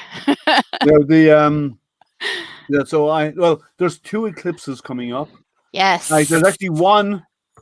The one this year. There's one tomorrow. in the northern Michigan, but I'm not going to it. Isn't that on tomorrow? Saturday. Okay. It's Saturday. an annular eclipse, it's a partial annular. Okay. There is one. There's a full annular in 2023, Nice. and there's a total in 2024. And I'm planning to go to the total from 2024, and I'm probably going to do the annular in 2023. I haven't fully decided on that one yet. So my equipment is ready to go because it's the same setup I used the last time around. Mhm. But I need to curtail some other stuff to ensure because I want to use my time there because I'll have to travel for a few days in advance to get set up somewhere and be set up the night before and stay out overnight with my telescope up and running for the eclipse and then be ready to capture the following day. So, And then it'll be cloudy and raining. well, for the 2024 one, I'm aiming for Texas because the further out you go, the less chance of clouds. So you if you're have. going to do that, you might as well swing by and say hi to me. Where are you again? Oklahoma. Okay. Right You have next to where the door. winds go sweeping down the plains. Okay. Yeah. I Like am, right next door, the Panhandle, or I am literally the halfway point between Tulsa and OKC. Well, in that case, yes, I'll swing by on the way down because I'll be. My guess is I'll be leaving probably about 4 days in advance or 5 days in advance because I'll have a place to stay over there, and it'll be southern Texas what I'll be aiming for, and because I'm not going into Mexico with my equipment. No. And then the day after the eclipse, I'll probably drive back. So you're probably looking at somewhere, well, obviously not El Paso because you want to get away from all the lights. Oh yeah, I'll find a spot exactly on the center line, out in the middle. I'll park on Bob's Road, in the middle of nowhere. Right? I'll find a road that I'll find a road that's after the road that leads to nowhere. yeah. Do remember it's Texas, so that road that you think that leads to nowhere could be leading to somebody's compound. That's fine. That's why you walk lightly and carry a 9mm. Okay. Yeah. So that's Yeah. not a problem. Oh, so now they can laugh at you as they unload their 45. Okay, that's right. Yeah, but I'm just saying, It's but I Texas. don't be out there for like I'll find a spot. Like the last eclipse, it was we went out to Casper, Wyoming, Mhm. Oh, okay. and I reached out to the city, and this like lights doesn't matter because the eclipse is during the day, right? Because Right. you can't have a total eclipse at nighttime. So and if it does, you don't see it. So Well, you're on the wrong hemisphere. you're on the wrong side of the planet. Yeah. Yep. The last one we went out to Casper, Wyoming. A group of us went out there individually, but we ended up staying in the same area. And the day before, up to the day before, we were checking the weather forecast 3 or 4 times a day, and we where we were Casper was good weather, so we decided to stay there. But I had already arranged with the city to pick a spot. I actually marked out on a map and sent it to the city and say, we want to set up here. Can we have the spot in the park? So we reserved it in advance, So, and we Chris put up a forgot to tent, mute his and we mic. call it mission control. And we had computers lined up in there because all of our telescopes were linked to computers because it was being driven by computers. So we had our computers lined up in this tent with cables running out. Our scopes were wrapped in gold foil to reflect the sun's heat, so it actually keeps the equipment cooler, our telescopes cooler. And we even sectioned off an area, and we had the yellow warning tape. Yep. We actually got some of that made, and instead of saying caution, it says science in progress with an image of a telescope. So the place here in Michigan that will actually do custom rolls for you. So we got that made up. So we surrounded the whole place with If you that. swing by, give me enough notice to go through my shop to pull it out. But I have caution tape that says "Caution: Zombie Experiments in Progress." Oh, that'd be cool too. Maybe we'll do the science in progress, and they'll be doing a section beside it. The zombie testing is another one beside it. Oh my god, that'd be great. But and then we had a bullhorn, and we were calling out the timing for all the public people who were there. And I had thousands and thousands of eclipse glasses because NASA gave them to me. So I was handing them out to everybody and anybody who came around looking for it. I think at that event, that one day, I gave around 5,000 or 6,000 glasses away. Oh my gosh! Just that one day. Wow. But overall, I gave away about 30,000 solar glasses. Kitty cats. But it was fantastic. It was Mike. Hey, Mike. Hey, Hey, Mike. How's life? ah, So it was a good event, though. It was fantastic. And then there was a 7 or 8 hour traffic jam leaving Casper. Wow. So we stayed in the city. So we just had to drive up to our hotel.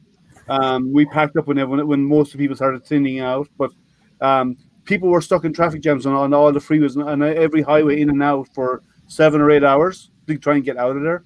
And the same coming in apparently the day before or the day off, that morning off. And but we just stayed overnight, and then the next morning we got on the road. Roads were quiet because everyone was gone, so we just straight home. We did a non-stop Michigan to Casper, Wyoming, non-stop drive out, and a non-stop drive back. Just stop for gas, and that was it. 2 day. There was a 2-day trip. 27. It's a long one.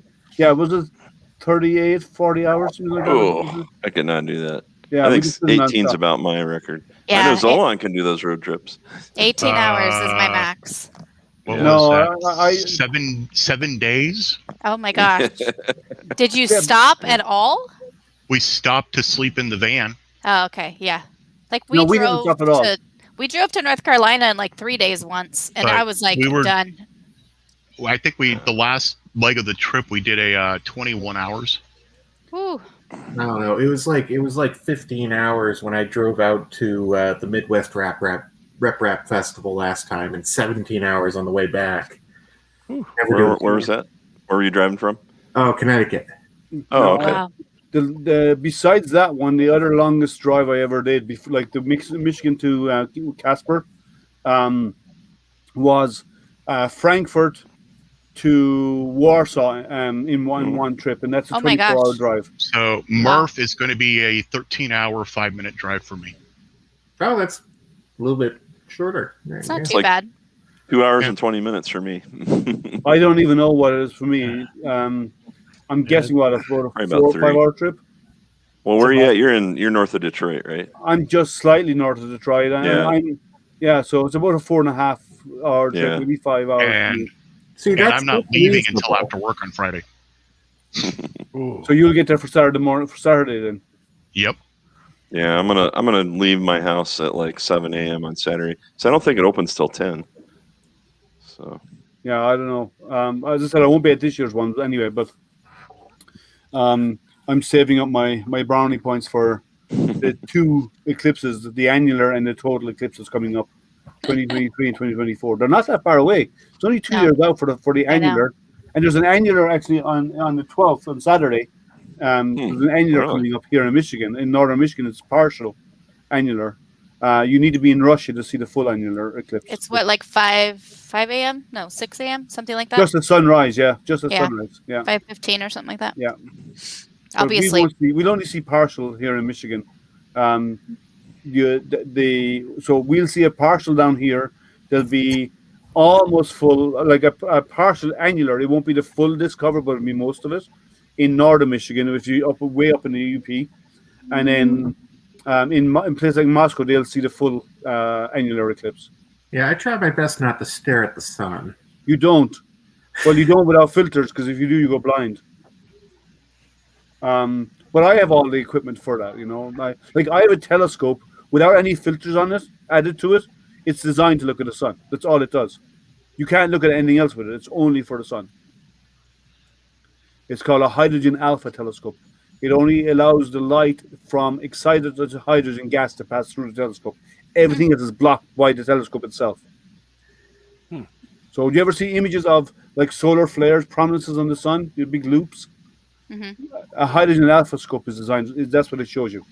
It looks at detail on the surface of the sun for the excited. It shows you the excited hydrogen gas, with the frequency of light emitted by that gas. So Hey guys, I'm gonna pop off for a bit. all right, man. All right. Thank you for joining us. Yeah. Chris, I need to go lay Trevor. down as well. Take care, Chris. I'll be in chat. Yeah, See okay. you, Zola.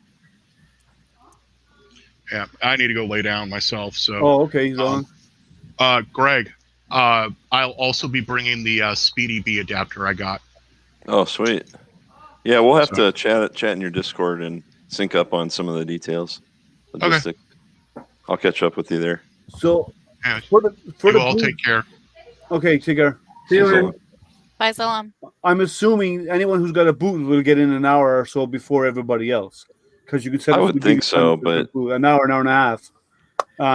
Because some of those booths takes time to set up, you know. yeah, I'm gonna lug like 2 or 3 printers to mine, I think. So hopefully, Are it you going to opens do some earlier. prints there and sell them, or what are you going to do? No, I'm just I've got my. You can see my little Voron Zero that I just built. That's Yeah. printing in the background.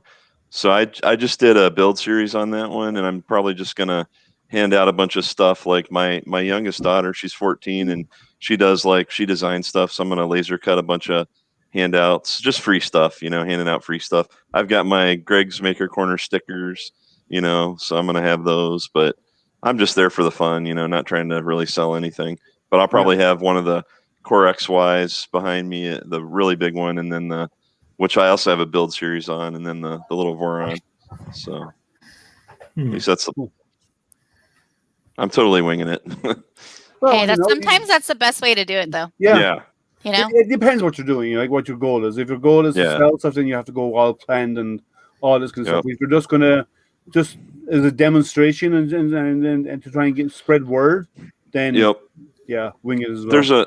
There's another guy going from my area. If you guys know 3D Printing World on Twitter, he did the Molebot and the Molcore or he's working on a new one called the Molcore, and I've been kind of helping him a little bit with some of that, bouncing ideas and stuff. So I'm hoping to get a booth set up next to him, and maybe hang out a little bit.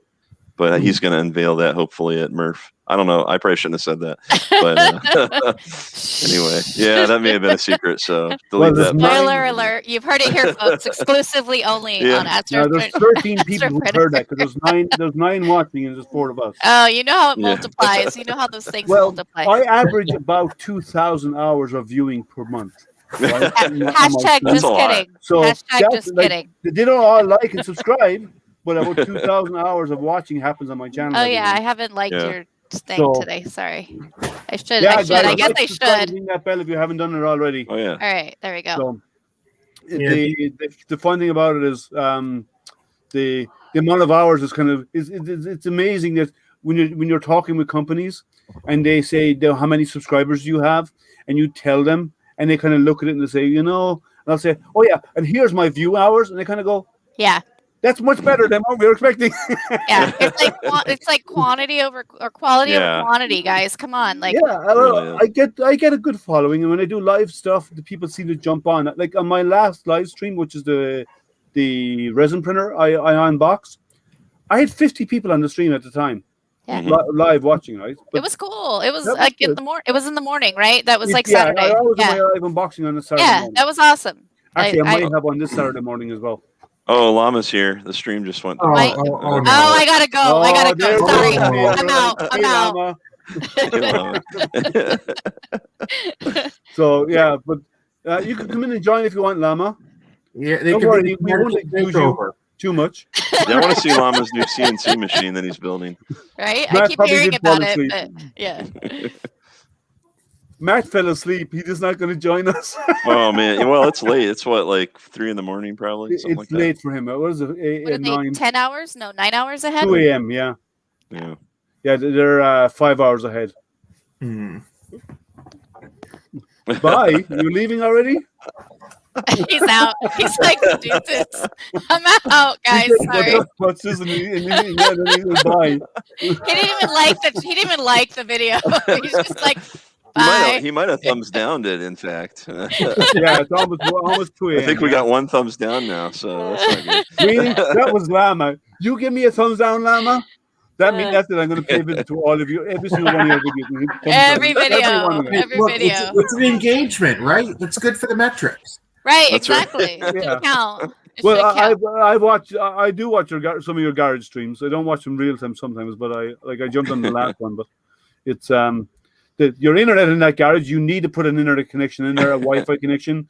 I think he it's not- did, didn't he? He upgraded something. I was on a stream and he was like recently upgrading it. because the last time he Yeah. was in the stream, it was as spotty as crazy. He Yeah. doesn't need internet in his garage. He needs air conditioning.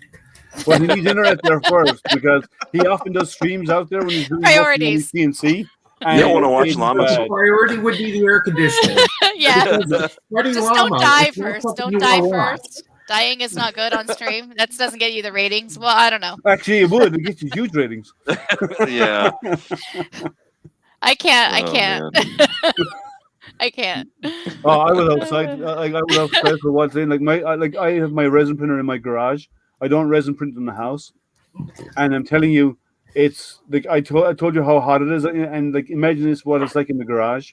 Yeah. And it's like it's stuffy inside there. Like It's a, bad. like a sauna. Oh, yeah, it's Yeah. like that in there, but it's okay. But I don't mind the heat personally. It doesn't affect me. When everyone else around me is complaining about the heat, I'm out working in the garden. I like that kind of weather. So Look, the hot weather is not a problem. It's the Humid humidity. weather is a Yes. problem. Yes. Yeah. My in-laws just told us they live in Ohio, and they're like, Oh. come on over. Our air just went out. I'm like, no, I'll be there in December when it's cold. We're at in 'Cause- Ohio. They live in Gallipolis. Oh yeah, I know where that's at. Yeah. Not too far Yeah. from me. Yeah, not too far from West Virginia, one of those places. I don't know. Yeah. Yeah. well, Yeah. you can always add layers to warm up. There's only so many layers you can take off to cool down without being arrested. I mean, there's a pool in the backyard for a reason here. I'm just saying. Yeah.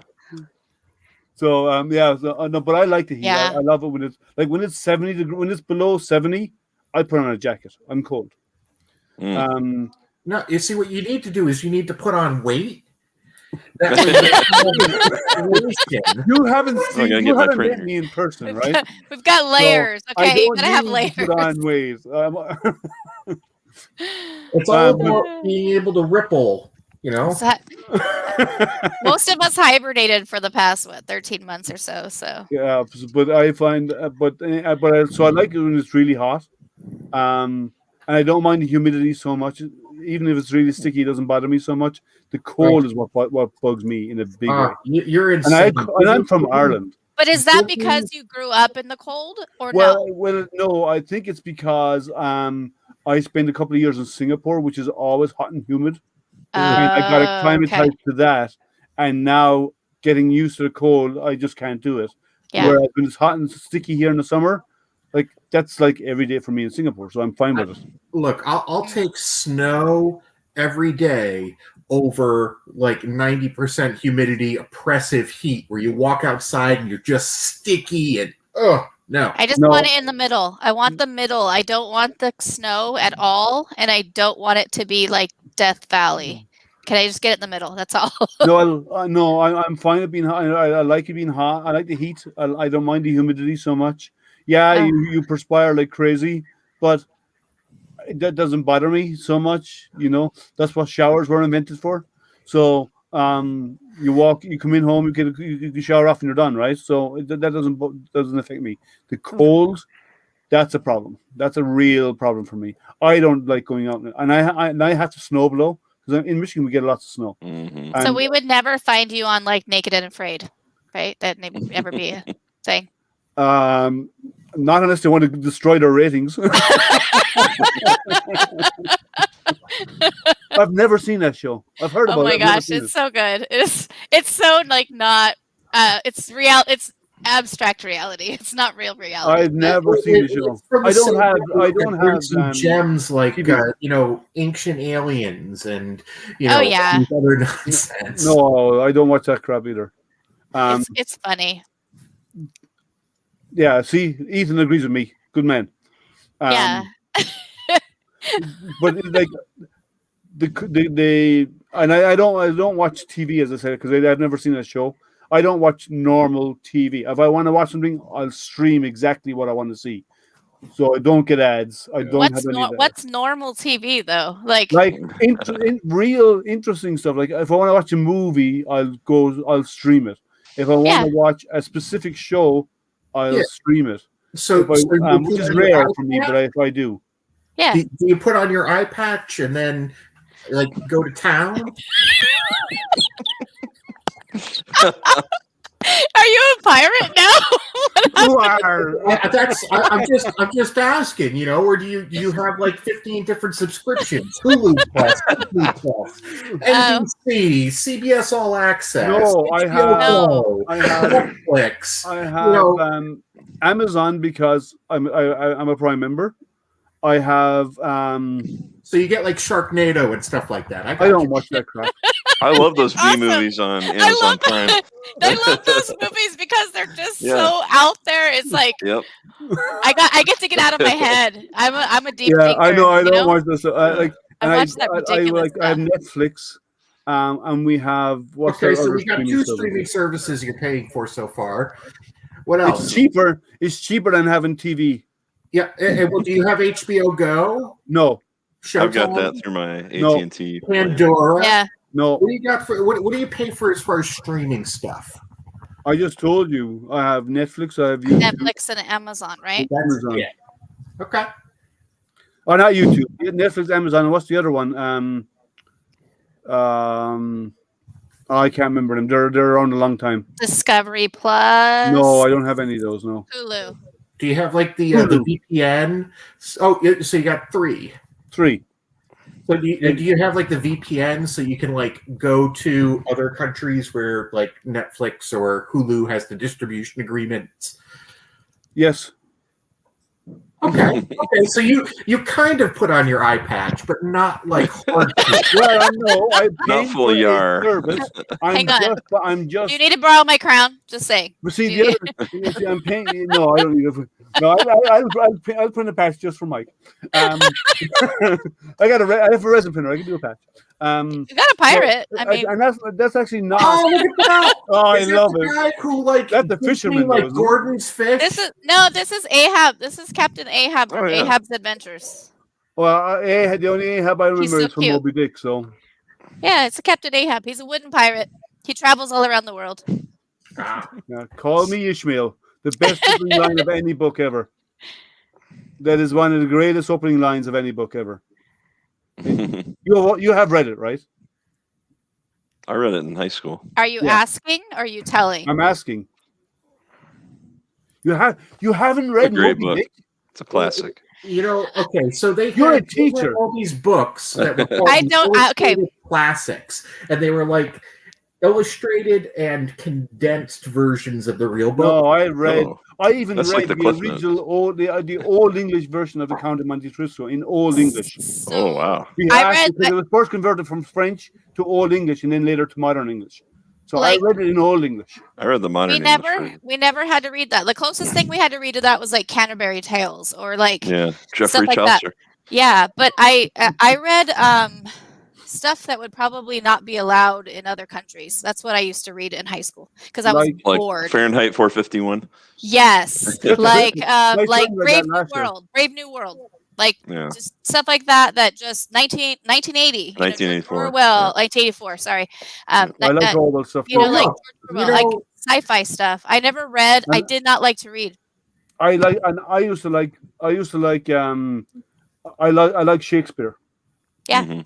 Like here you learn here they don't touch on Shakespeare a lot. They do it somewhat even in high school. Where like in Europe, Shakespeare is extensively covered, right? Oh, So, yeah. like, Yeah. Should be. all We only got it everything in high because school. of the AP courses that we had to take. Like I height took of the AP English language. stuff. Yeah. No Twilight. No. I am so happy I went to a tech school. Interview with the because Vampire. They didn't go and force us to have all that extra weird. I know, I extra liked it though. I stuff. like that stuff. That's the good stuff. I like like really good books. Builds like, character. Like 2001 and our 20,000 Leagues Under the Sea. Yeah, Jules Verne. Fantastic book. Oh, the Time Machine also. That's a good one. Which one? Mhm. The Time Machine, Jules Verne. Yeah, Jules Verne is good. Have you ever Asimov's book? Do you ever read iRobot. Night? What's it called? Isaac Asimov. Is it called? Is Probably Nightfall? not. No. Oh, if you like sci-fi stuff, you'll like Nightfall. I like some sci-fi stuff. Like I'm all over the place when it comes to reading. I was really big into poetry, so I did a lot of like poetry reading and Mhm. stuff. I did a in- lot of in poetry as well. All school. of sonnets and But like I'm really Wordsworth. dark. I'm a really dark Limericks. reader. Right? No, like yeah, Poe, the like one from Edgar the Allan Grid. Yeah, I Poe. know her.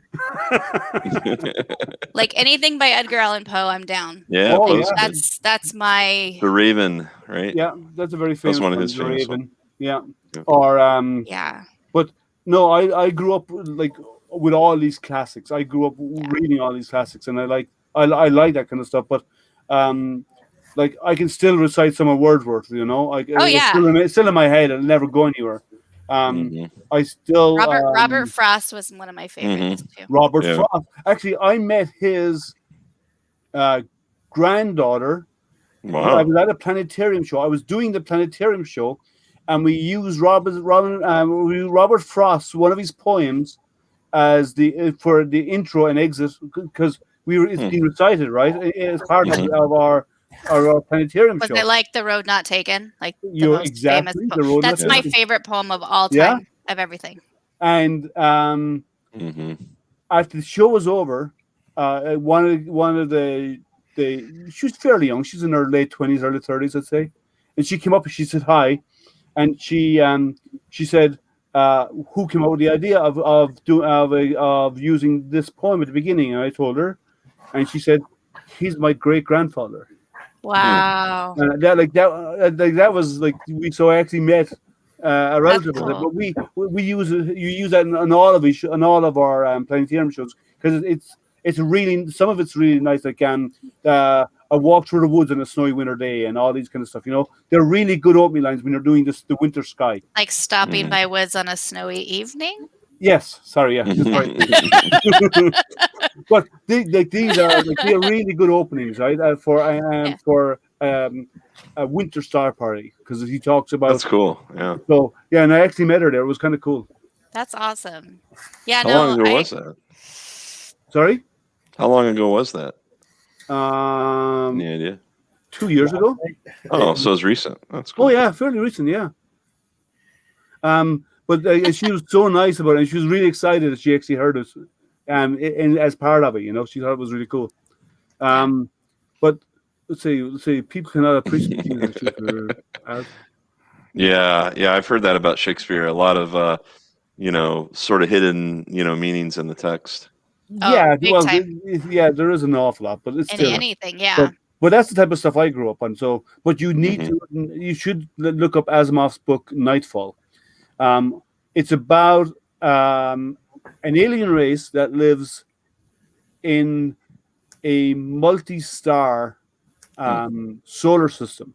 So the sun never sets, Oh yeah, I think except I've read. for Yeah, once every 200,000 years or something like that. I think I might have read And that. the story is really good because they've never experienced nighttime. They've never had complete Oh darkness. wow.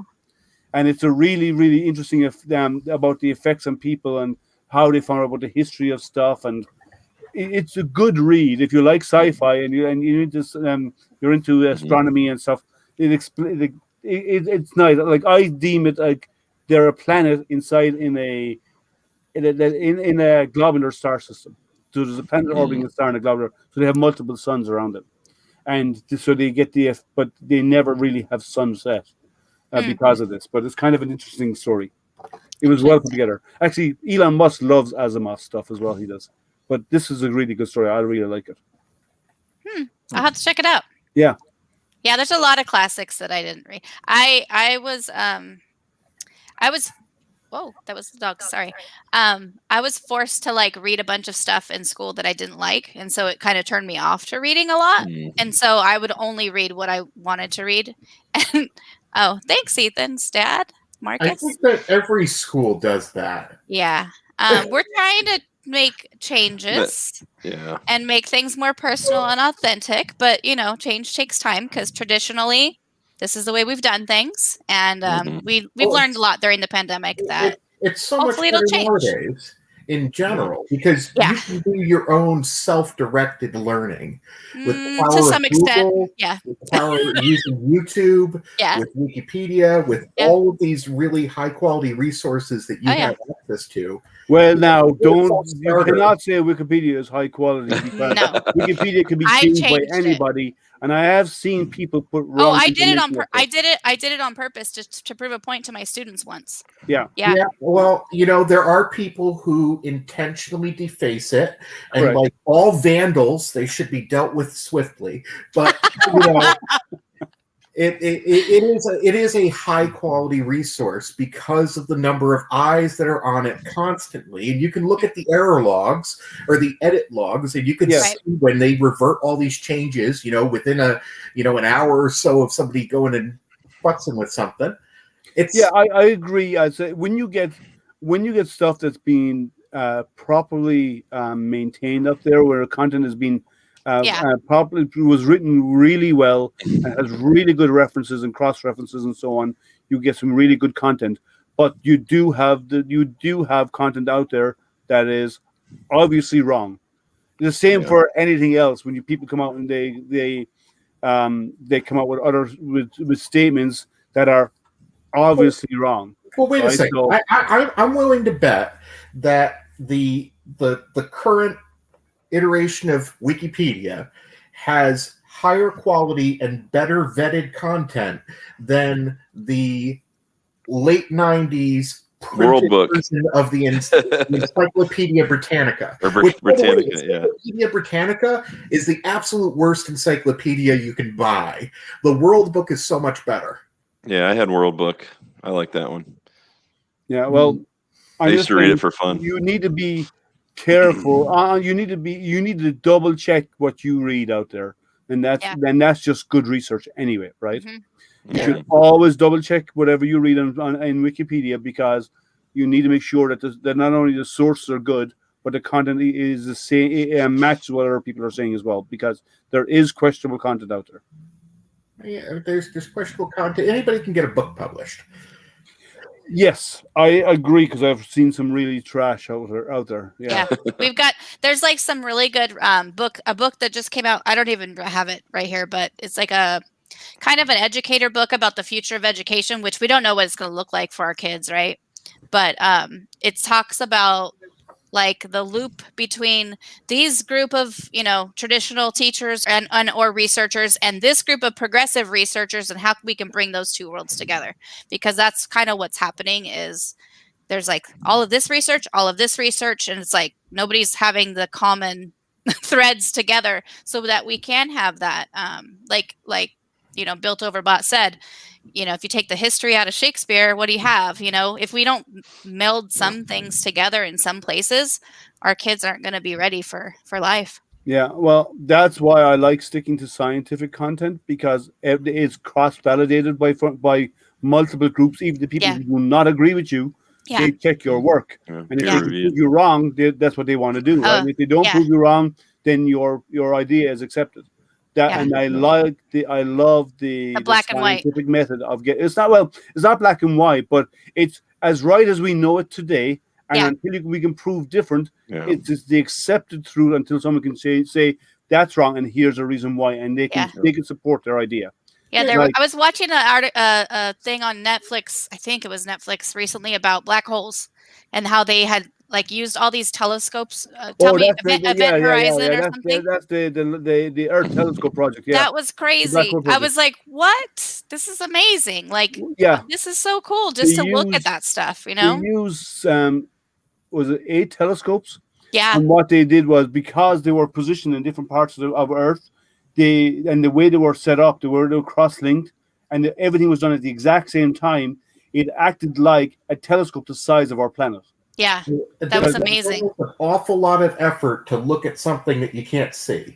Well, I just thought it was cool. First of all, it was approved that the black hole existed Yeah. at the center of a galaxy at M87, and the other thing is the way that they did multiple blind projects, so they had multiple teams operating independently. So Team A would gather their data, and with the raw data, they'd produce something. Team B would have done this at the same time. Team C did it at the same time. And what they did is they brought it together, and as they at the end, right, to see how it converged. Yeah. And it converged. Yeah, spot on. she The said like variation was so tiny. She said like a 1.0 was like perfect, and like the lowest value was like 0.99997 or something. Yeah. It was like ridiculously close. Hey Mika, how are you? Mika. So yeah, so they were so close, and like it was amazing. But they came out with what they came out with, and it was accepted. And they're now looking at other galaxies as also our own galaxy, right? They want to see our own, but but they've seen. They believe there's a supermassive glass hole in the center of our galaxy. The reason why is, which is called Sagittarius A star, the star being an asterisk, so often seen as SAG, A, and asterisk, and they've seen stars doing weird things around the center of the galaxy, like moving really fast, but around an area where they see nothing in there. That's an indication that there's something that we can't see, and obviously, thing we won't be able to see. Well, there's something putting out a bunch of gravity, at least. So you're creating immense gravity, yes. Yeah. To do that. That's crazy So to think. it's kind of interesting because that's how they first verify that they believe it's a black hole there, and then you looking at another galaxy, they actually showed that it could be done, that they could image it. Well, they don't image it; they image it, or it's event Around horizon. it, right? Were they able to actually capture the gravitational lensing effect? Oh well, yeah. Well, they can do lensing is easy. Gravitational lensing is easy to do. It happens everywhere. We see those, like if one gravitational lensing is one object passing in front of another, and if the object behind it gets stretched out into the, and it looks like it's around it's an arc, right? That's gravitational lensing, and it allows you to see what's behind something, because if the gravity is big enough, mass, whatever's behind it, its image will be lensed around the existing galaxy because of its overall mass and its gravitational effect. But on the black hole, they were looking at the event horizon, which is where material is accelerated to such a speed that it gives off X-rays. Yeah. Because it gets so hot, it gives off so much energy, it gives off X-rays. So that's what they were imaging for the black hole experiment. Yeah, it was pretty cool. cool. Really cool, actually. Yeah. But they had a whole pile of teams, And is that the one where they talked about is that the show where they had Stephen Hawking in it as well? Yeah, he was in it for like the first half, and then because he passed. Wait a second. Do they still have the joystick? Are they still driving him around? I'm convinced that he wasn't like actually, there for like 20 years over at whatever that place was. They kept him alive. They had somebody driving around with a joystick in the back room just so that they could keep their funding. You've got a very active imagination, Mike. God love you, Mike. God love you. It's not that hard to, send some stuff on a computer. No, he's he's one of the greatest minds of our time, and he's done amazing work. And they actually believe that they would have found other equations around that kind of stuff. Did you know that when he visited he did an episode of Star Trek: The Next Generation? Yeah, he played with the other guys in the holodeck. Yes, correct. Yeah, he was playing chess with Einstein and Sir Isaac Newton, and on that one, and in that episode, before the episode, they give him a tour of the set, and when he went into the set of engineering, they had a warp drive there, and he turned around to the guys. He told the guys there, he says, "I'm working on that." He's working on the equations for it. That's trying cool. to figure out the equations for it. So it's kind of cool. But he's a huge loss to the science community. There's others out there who are super smart. I mean, there's a lot. I get them. I've spoken to some of these guys out there, and like some of the topics they go into, and some of the ideas that they have are kind of out there, but they're running. It's gone beyond just being a thought. It's now they're in the experimental phase to show it. The action phase. Yeah. So it's kind of cool. There's some amazing creative minds out there. Oh, for sure. These are not conspiracy though. This is actually science we're talking about, Mika. They've got to figure out something that's going to be better than string theory at some point here. String theory hasn't gone anywhere, and it won't anywhere. String theory is dying a death. Yeah. String theory is kind of dying a death. Slowly, it's dying. The guy who was involved in it, the main guy who was involved in it, Alan? I can't remember his name right now, but he's even slowly moving away from it. But string theory is dying. String theory had its merits, but what's come out of string theory is a lot of cool ideas of how things work that are being leveraged in other aspects of science. Stuff just didn't work. So, sorry. They've tested things. They've tested a bunch of stuff, and it just didn't work. Okay, take care, Gillian. Have a good one. Yeah, I got to drop too, guys. Good chat. All right, Mike. Oh, Greg. Sorry. Yeah, take care.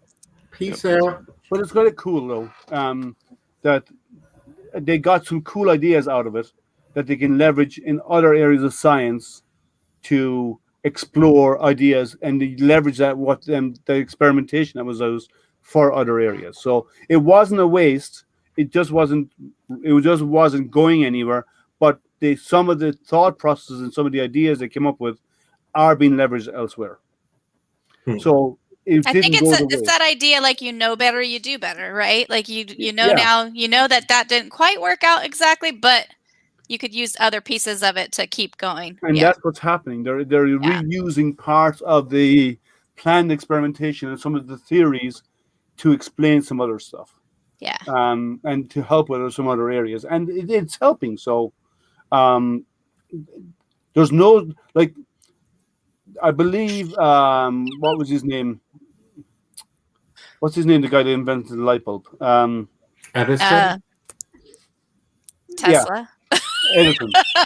Latimer Lewis. So Edison, he was asked. Apparently, I don't know if this is true or not. Apparently, at one point, a reporter asked him, so what about all these thousands of attempts that failed to work?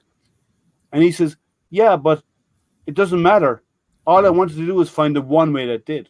Well, wait a second. Edison didn't find the one that worked. He found the one that worked at the optimal rate of replacement for him to make money. Because the early light bulbs he put out, they worked forever. And then they had to figure out how to drive that life. But it wasn't him that did that. It was others that did that. No, it was the cabal of companies that made light bulbs, which included Edison's company there. Yeah, but his invention was the filament that could actually glow and create light from electricity. Except they stopped making that almost immediately after they released it. Yeah, we're not talking about that. We're talking about the experiment. So we're talking about the science, and the science that was a scientific part. The rest of it was an economic. Was a business decision. Well, they're both objective reality. I understand, but the real science was finding the one that works, right? And what's done in business after the fact is not related to the science, because the science found the way to get it going, and went through the experimentation to find out ones that don't and ones that do work. But the overall output, what businesses do with it, like go back 20 years ago or 30 years ago, you buy a car, it'll still be running today, right? You go buy a car now, it's in the shop every 2 weeks. Okay, so it's all about people design. Like look at Voyager spacecraft, 44 years traveling through space, still functioning. You turn around, you buy a radio that will last 44 years. Good on you. You probably will not do it today because businesses design stuff to make money, to be reusable, replaceable. But good engineering can be done to make stuff last. Yeah. And that's what it comes back to. Initially, it was good engineering. Then the business kicked in, and business changed that to we need to be able to make more of these, not sell them once to a family, and that's the end of it. Which is what business did. So the science was always clean. It's what followed on afterwards was a business decision, not a scientific one. Do you agree? He's going to argue me. Watch. I think they figured out, and they did testing. I told you. I'm on board. Like I agree, because I see it clearly. Like I'm just saying, I think we're saying the same thing. The companies that were part of the light bulb cartel, right? You know, whatever that was, they actually would send in their light bulbs to be officially tested to make sure that they had the limited lifespan that they all committed to. I think you guys are saying the same thing. Yeah. I think they applied the rigorous science on both ends. Well, this has nothing to do with the science if you're selling something necessarily. It's just the marketing campaign of one way or the other, right? That's kind of what you're saying. You guys are both saying the same thing. Yes. So, I don't know. So the light bulb guys, right? They would actually fine the companies that were part of this, this group that was monopolizing the light bulb industry. They would actually fine the companies if the companies produced light bulbs that lasted more than X number of hours. Yeah. Well, now today they're actually doing the opposite because they're trying to make it last longer, and with LEDs. Now LED does have a finite lifespan, right? Which is why they die, right? Because you can over engineering because of the way they're designed. But you can't have LEDs that would last forever. But they do last way longer than the old incandescent light bulbs. So that process has been reversed for many reasons, but it has been reversed in a lot of ways. You're never going to heat your house with a LED light bulb. By Chris You Travis. don't want to heat the house with an LED light bulb. You could do it with an incandescent light. You could, potentially, but you must also remember, with an incandescent light, the reason why it's hot is because it's wasting energy. Right. Because most of the energy it's creating is being emitted as heat rather than light, whereas the LED does the opposite. It optimizes the light output so the heat output is minimal, which is why there's unless you want a small cheap heater. Well, then that's different. Then that's a personal decision. Yeah, nothing's perfect. Like nothing's perfect. Take care, Chris. It's just being progressive or whatnot. Yeah. Everything's now all susceptible to the just EMI and any kind of EMP kind of stuff. Well, everything electrical is. Well, everything electrical is, unless you shield it, unless they're highly shielded. So that's like you jump on a plane tomorrow. That's accessible to EMI, right? If you jump on, like if someone sets off an EMP, your plane falls. Okay, Planes, everything on the ground is all everything stops. But I'm saying also. everything's susceptible to electromagnetics. Yeah. Because you can't stop it, or it's difficult to stop it. Right? Well, I mean, your old tube radios, your old equipment that you have sitting in the basement for your old hams and all that, you'll still be able to use that. Some, not all. Yeah, not everything. Obviously, there might anything that's got like semiconductors or diodes in it. That would get damaged, and most of them would have some form of semiconductors or diodes in them. So some would survive, but not all. Some of the really old ham radios will probably survive. The modern ones would not.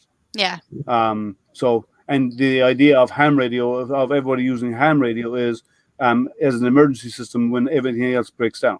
That's why ham radio is so popular. But that's the whole purpose of people getting into ham radio. Well, they're trying to get more people to do that because all the old ham operators, they're dying off quick. Oh, I know lots of people who are ham. I have neighbors who are ham operators. Yeah, we have a club at school. Teaches it. The advanced ham courses. Yeah, it's still around. It's still around.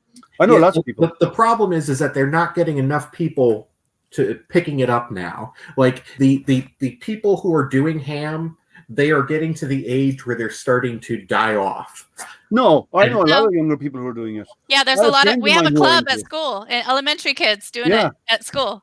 Like, it's the one way to get young people. The licenses issued by the FCC in the United States. It's plateaued and it's only dipping. No, I disagree with you because it depends on the level of license, right? There's various levels of license, but some are local, some are longer distance, and so on, right? There's various levels. But as an example, there's one easy way to get people excited by the especially younger people excited. He's Googling it right now. To get into ham radio. Get a class together. Yeah. And get a ham operator at a club nearby you. Yeah. And set up the ham radios so they can talk to the space station as it passes over. The kids love that. They want to explore it. That's the things that like we're trying to get our kids back into, but they're only allowing certain groups of kids to do it, and it's really unfortunate because it's like only our kids that have special classes or like special privileges, I'll just say, get to go do those things, and so we're trying to get back to that kind of stuff because that's what kids are curious about, Yeah. But there are younger people who are getting it. It's an expensive hobby, right? There's nothing cheap about it. Well, software, you can get cheap software defined radios nowadays. Yeah, no, it's not the same though. Right? Yeah. A ham operator is a base unit. Software defined radios is not the same thing. So Well, so the license is so that you can use the frequencies and you can get your call sign and you could be legal, right? Correct. But as far as like actual hardware that you need to get into it, it's not cost prohibitive like it used to be, where you'd have to spend $400 or something. If you want to just get your license, it's pretty cheap. You're getting the license is not so hard. It's not so hard, right? You don't even need to learn Morse code anymore, which is good. I actually know Morse, but I had to learn it in the Navy, the Irish Navy, so when I was younger. But the younger people are getting into it because they're not as in school kids, they're people in their 30s, right? Who are getting into it because in their mid-20s and 30s they start having some liquidity in their some spare cash, and they get into hobbies, and they don't want to be out doing all of this and do that, but they want to hang out with people who are savvy, technologically savvy, who are engineers and stuff like that, and that's where they get into it. Like we have engineers who get into astronomy because they like this, not only the science, but they like having to play with applications and software to fine-tune their imaging when they do their imaging, right? You don't have to pay. You don't have to pay to receive your ham radios. The first license, you don't have to pay for it. For the entry level basic license, you do have to pay for all the others, and you have training courses to do for the higher levels as well. If you're broadcasting, if you're just listening, you don't have to do nothing. No, again, on the frequencies, no, you don't. No, and most beginners don't use a license. But what's the point of being a ham operator when you can't communicate with someone? Yeah, the whole Right. point is communication, You can right? listen to the radio as well, right? Hmm. But if you're transmitting, you do.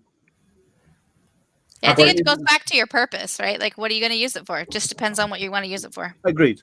But a lot of people would use it for communicating with others and so on, right? And they've been at clubs and they do, like, it's kind of cool to uplink into with a space station or to listen using your ham radio to listen to meteor showers on your ham radio. You know you can do that? Yeah. Yeah, as the meteors hit the atmosphere, they emit a certain frequency of sound, and you can actually pick that up. You can pick up those electromagnetic waves on a ham radio, and you can actually count the amount of meteorites that hit the atmosphere during a meteor shower. That's pretty cool. Right? There's cool stuff to do with that. Like, it's really neat. Not just for chatting either. So people get into ham radio for various different reasons. Like the buddy of mine that I said that he teaches it. He teaches the really advanced stuff. Like, I mean, he goes really, really, really deep into it. He's an MIT grad. So, like, this guy's got more brains than most people have brains, right? So he's super smart, and he was involved in MIT when they did one of the first moon bounces of a ham signal. So they actually send a signal and bounce it off the moon and back to communicate with somebody. That's pretty cool. Yeah. So that's and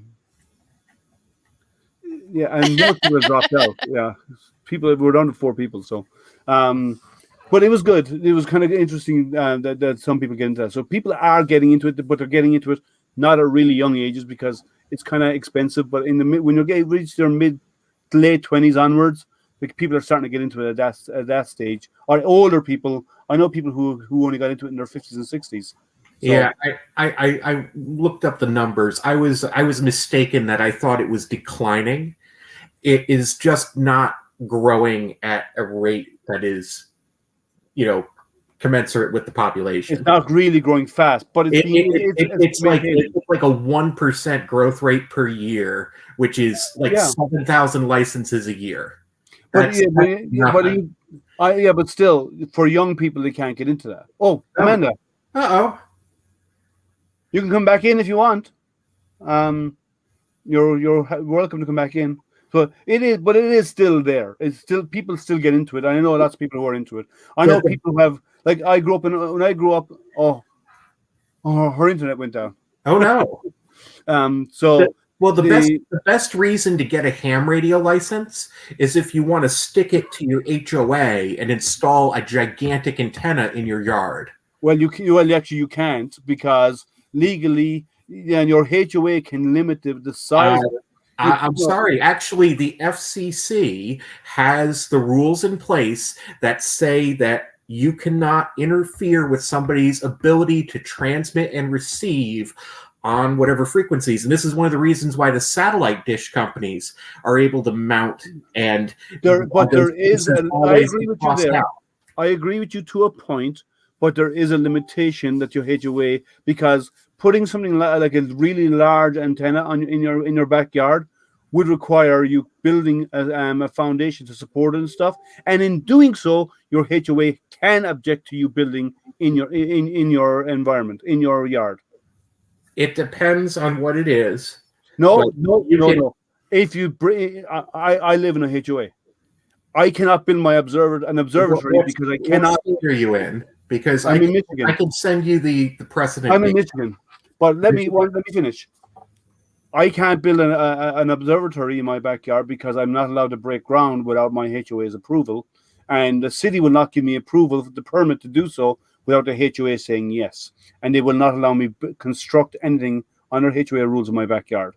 So if you can mount it on the side of your house, you can get away with it probably.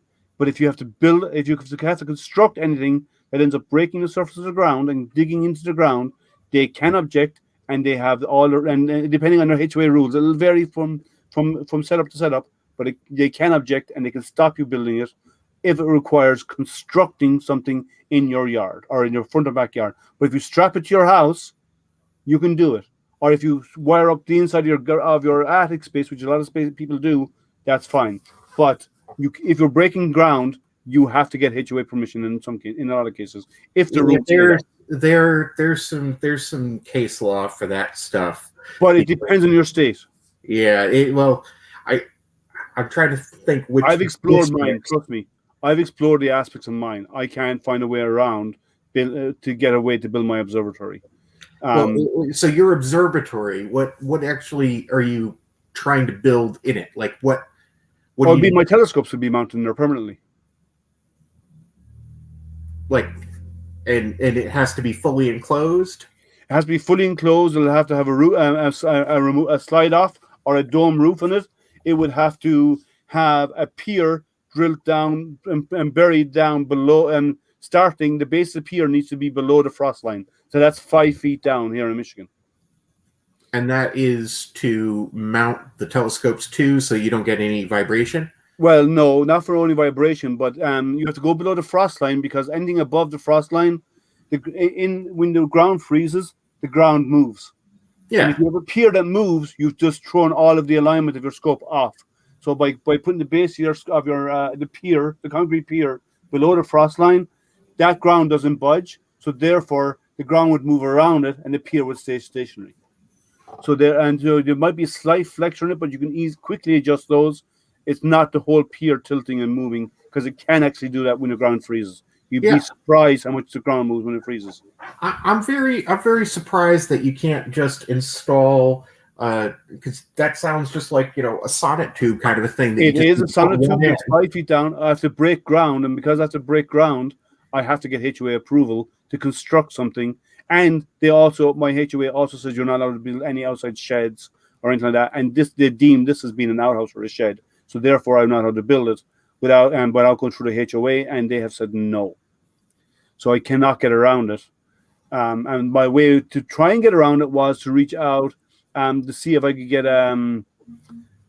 what if my neighbors all approved it, said they'd sign off on it, but according to the HOA rules, 70% of the people in the HOA that are under the HOA of the homes need to vote and approve the change. And for them to do that, I'd have to have about over 200 people, for one person per home, to show up and vote. And when HOA meetings only have 30 people turning up, you don't have enough to change the rule. I've explored all of this. Trust me. I've spoken with a lawyer about this. There's no way around this. HOA rules are HOA rules, and besides mounting something on your home to receive signal, which has to be mounted on your home, not building an environment to support it, they can stop you. And the law is on their side, not yours, and the law will actually side with them, not you. I work in legal, right? I work in a legal field, okay? That's what I do. And trust me, the HOA rules they've set it up in most states that it's deemed the de facto rule, and it's really hard to circumvent unless the HOA changes it. Trust me, they're really hard. If you look up to find ways around HOA rules, they're really, really difficult to do so, if at all possible. Basically, they're seen as golden, and that's it. HOAs are a nightmare.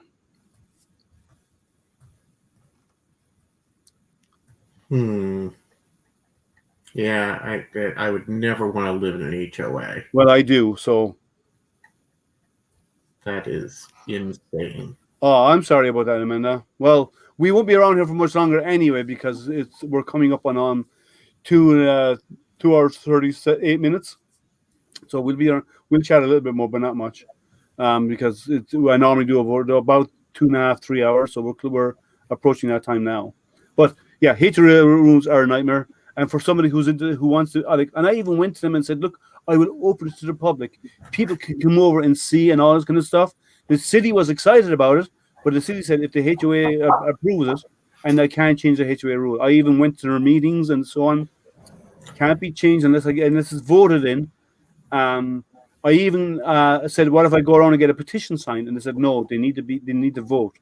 So what I'll have to do is to go around to all the homes, and at least 70% of them needs to give me voting rights on this matter, so I can vote in their stead of the meeting. Have you contacted the FCC's toll-free number? This has got nothing to do with the FCC because it's I mean, if it's an antenna, if you're saying, but I'm not. This is not an antenna. It's going to be an antenna also. Because No. it's primarily going to be an antenna. You're just going to have your observatory also attached to it. No, I'm not. I'm not a radio operator. Well, you could be. I'm just saying. the That's FCC. strict. Okay, but that's the FCC has some very strict things. I know. Say that the HOAs or nobody is allowed to interfere or delay or prevent you from receiving and transmitting signals that you are licensed. But they can stop you from constructing a building or something. This is specifically related to the construction of antennas. Yeah, but you can build an antenna onto your home, no problem. But a HOA can stop you building on the grounds of your. But if you're licensed for something, right? And let's just say you want to do a lawful application of that, which is larger than what you would want to mount on your house. Okay, it's a lawful use of your license. Well, what you could do is the way you could get away with it for an antenna is you could build an extension to your home and mount it on the extension. Right? I can't do that because I need to be far away from my home for a telescope. So it'd have to be way down my backyard. So, and because of that, my extension would be astronomically. It'd be cost prohibitive to do so. So it could that wouldn't apply for me. Yeah, but you want to have your antenna as far away from the house as you can get it, right? No, you want your antenna as high as possible, not as far away. Yeah, well, that too, you know. No. You want it high, not away from your home. I'm telling you how antennas work. So you want. I'm altitude. Just saying, you know. Yeah. You want altitude, not distance. So. Yeah, that's the requirements. And if you go to the FCC, say you want it away from your home, they'll say why. Your house is tall. Stick it on your roof. It's better up there, and you can't argue with that because they'd be right. So, but for a bill for what I need to do with it, the further away from my home, the better, because I want to be able to look over my roof, not in my back window, because there's no stars inside my back window. So, anyway, I wouldn't be able to see because you'd be too close. I wouldn't be able to even focus on my back window. Yeah, if you're really you just maybe get some nice, big thick iron pipes or something and just drive them into the ground. No, can't. Has to be concrete pier.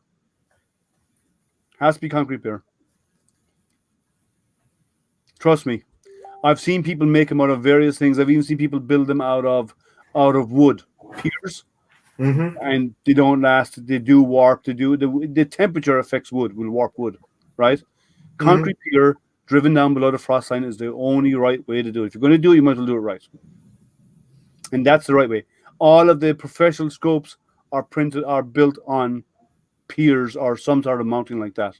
That's well buried down into the ground because they needed stability. And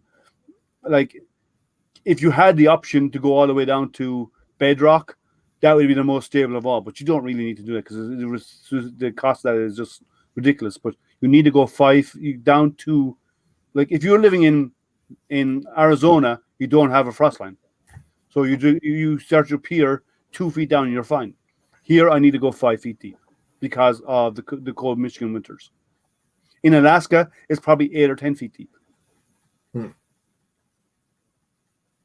That's what you need to do to stabilize it because the ground shifts too much in the cold. Heating and contracting of the ground actually does move. A lot of people don't realize the ground moves underneath you. Well, I mean, it's always moving. That's the reason. Yeah, but I mean, have temperature foundations, right? Yeah, I understand that with temperature fluctuations, the ground beneath your feet moves because of temperature, and especially you're going from warm to cold to freezing cold. Frost is especially worse, and our frost here gets really deep. I think our frost goes down 4 feet, so I need to go down at least 5 feet. So, do you guys have problems with cracking of the foundations in your basements? No. Yeah. Plate tectonics is a bit more. That's more of the surface of the Earth moving on the molten lava beneath the surface of the Earth's crust. But that's what tectonics is. But this is just the frost freezing the ground and causing contraction and expansion and change of temperature. That actually causes the ground to shift around, and that can have a detrimental effect to a scope. Like I put a telescope out in my backyard, and if I put it out during the day when it's warm, and I have it all aligned and have it pretty much set up. If I let it go, 2 days later, if I say I left it out there and covered it, and 2 days later it was really cold and I took the cover off it, the alignment would be totally off because of the change in temperature. You may not think so, but like one arc degree off is huge in astronomy. Huge. It's like I could point at one star, and instead of pointing here, I'm actually looking over here.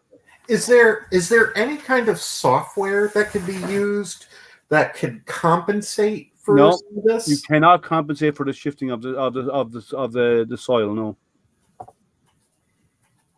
you cannot compensate for it. Yeah, ice expands once you go below -2 or so. Ice starts getting larger. Like water's at its most smallest at about 2 or 3 degrees. That's when it's most compact, and after that it starts to expand again as the molecules freeze and become crystalline. Well, that's like the reason that you see all the cliffs and stuff. Like, you get a crack in the rock, and things water fall off. seeps in there, and then it freezes and it causes a crack. Yeah, it's kind of cool, like driving down the highway where they've like blasted away the sides. Yeah, because you can literally watch that process over a series of years if you're constantly driving past the same spot. Here's a faster way to do it: get a bottle of water, a glass bottle filled with water, like a beer, or even a beer bottle. Oh yeah, stick it in the freezer for overnight. You'll come down the next day, the glass bottle will be shattered because of ice expanding. It depends. If there is no motion, it is possible that your water will still be liquid until you give it that little jolt. Like, have you ever put your like a soda bottle in the freezer, or like a bottle of water in the freezer, and you get it to the point where it's like super chilled, and then as soon as you pour it out of the bottle, it freezes into a pile of slush? No. Oh, it is the neatest trick. Just go. No, I haven't done it. Take a bottle of water, like a plastic bottle of water, stick it in the freezer, but go in there after several hours. The bottle itself will be below freezing, but the water will still be liquid. Yeah. And then all you do is you pour it out, and it turns into slush as you pour it out. I haven't tried that. Now, if alcohol has a lower freezing temperature, so anything that's alcoholic would freeze later, below zero. Wait a second. Alcohol has a lower freezing temperature. Yes. Yeah. Because you can basically soup up. You can put a bottle of alcohol in the freezer. People store vodka in freezers, and it won't crack. Just go and put your boxed wine in the freezer, and then yeah. I'm just saying though, you can put it in the freezer, and it won't because it needs a lot colder than the refrigerator to freeze. But if you want something to freeze above it's like making zero, you just add salt to it, because salt changes the freezing temperature. Well, when you freeze hard cider or like boxed wine, right? You freeze that for a while. You make sure that it gets all those ice crystals. It's almost like distilling it, except instead of boiling off the alcohol and capturing it, right? You're skimming out the water in the ice. Yeah, you'd freeze the water. Yeah. You end up with like super sickly sweet stuff, though. No, I haven't. I don't drink. So, I wouldn't know. I used to when I was younger, but I wasn't into box wine type of stuff when I was younger. But I haven't drank in years. So it's an old trick. Yeah. I don't know. There's the most alcoholic beer in the world, and that's how they make it. They freeze it and they skim off all the water. I can see that happening. Yeah, you bring it to the right temperature, but the alcohol mixed in there would actually make it hard to separate them. But yeah. Well, yeah, you got it. They freeze it. They skim just the ice crystals out. Cool. I didn't know about that. As I said, I don't drink, so. And when you're younger and you drink, you don't care about what they do as long as there's alcohol, right? So, but it's kind of, yeah, but that kind of stuff is cool, and I'm more like experimentation about physics, or really cool physics stuff, like in making stuff levitate and doing really cool stuff with light, and like comparing light and sound, because they have a lot of properties that are very similar. Well, I mean, yeah, it's all waves, and you can things. They're very different. One is mechanical and one is electromagnetic. Sound is a mechanical process. Yeah. Sound is not is an electromagnetic. Yeah, but it's two pieces cool. It's cool. An analog for the other. You could think of them the same way. Well, yeah, you use people know sound, so you use sound to explain what light is doing, because people don't understand what's happening with the light. Well, light's a wave and a particle, right? It's at the same time. Yeah, but it's not that. But when you hear a fire truck coming towards you, and then it moves away from you, you hear the Doppler effect, right? Mm-hmm. Light has a similar effect, but it's a Doppler effect, but we call it illusion. Yeah. Right? Yeah. So that's similar to sound. Sound, when mixed, can cancel each other out, certain with the waves, and whereas but if it's done in the right way, they can add together and become a standing wave. Well, haven't they been doing some weird stuff with like lasers to freeze things? Yeah, they've been doing that. Yeah, super cold lasers. They've been doing it on the space station. Yeah, to bring down to almost absolute zero, which is the freezing point of the universe, where everything, even molecules, stop moving. So they've been doing that on the ISS in experiments. Yes, they has been doing that. But they've been doing that. They've been doing it even on Earth. Yeah, but the best place to do that experiment is actually in space, because gravity has an effect on stuff. Where in your microgravity, you can get the results cleaner because gravity was not interfering with your results. I don't know whether the shipping costs are worth it though. Like that's apparently they are, because they have an experiment up there right now. They have an experiment up there right now doing that. They also the way I like to do the comparison, I like to use something that someone understands to compare it to something they don't, because it's easier for people to absorb that information when they can reference it to something that they do see and hear every day.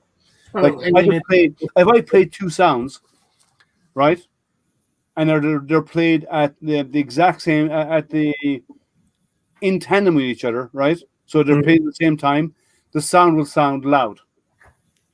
If I play them so they're offset from each other, and so you have the peaks of one and the troughs of the other in the same sound wave, well, you get a warbling effect, because when they overlap, when they cross each other, and you get one up, one down, you get a sound like it's zoom. You hear the sound like it's dropping every now and again. It's basically the same technology that they use for all of these routers, which have 4 antennas or whatever, where they actually will specifically go and make it so that the signal peaks at specific geometric locations. Yeah, probably. Yeah. So, but sound is really cool. I need to do a video of this. I need to get an evening where it's really calm outside and set up my my Rubens tube. The Rubens tube shows standing waves in gas. So basically, is that a fire tube? Is that like fire in there? Yes, fire on the outside. So I have one. I built one. So basically, what is it? It's this long tube with gas with holes on top, and you pipe in propane gas into it like you use in a grill. One side is solid, blocked off. The other side has got a diaphragm on it. and you put a speaker against the side with a diaphragm. Mhm. So when you put the gas in normally in burning, it's all the same level. Yeah, but you can actually visualize the. Well, I can visualize a sound wave by if I play a single tone, I can turn it into a single. The light, the flames will follow a wave, right? You can see it like a graphic equalizer, right? Mhm. And then so that's the sound wave. And if I change the sound wave frequency, you can actually see the flames following, because what's happening is the sound is going down, hitting the other end, and coming back up, and they're crossing over. Because they're overlapping, it's creating what's called a standing wave, right? But yeah, and you're increasing the pressure near whatever hole. Yeah, well, that's the standing wave. It's the actually, it's the pressure on the gas creating the standing wave, right? In the sound is creating the standing wave in the gas, and then, but if you play music, it dances all over the place because there's lots of different frequencies of sound going through there from actual music. Like piano looks beautiful on it. The way like For Elise looks fantastic in this thing, right? It looks really good. If you play For Elise on piano. And then you take other stuff like if you play rock music, the flames start dancing all over the place like crazy. It's really cool to watch. But I'll have to do a recording of it because I have it in the garage. I've done it a couple of times as presentations on physics. Yeah, I'm trying to think whose YouTube channel I was watching. There's a guy who does all sorts of like wacky experiments. It's called a Rubens tube, by the way.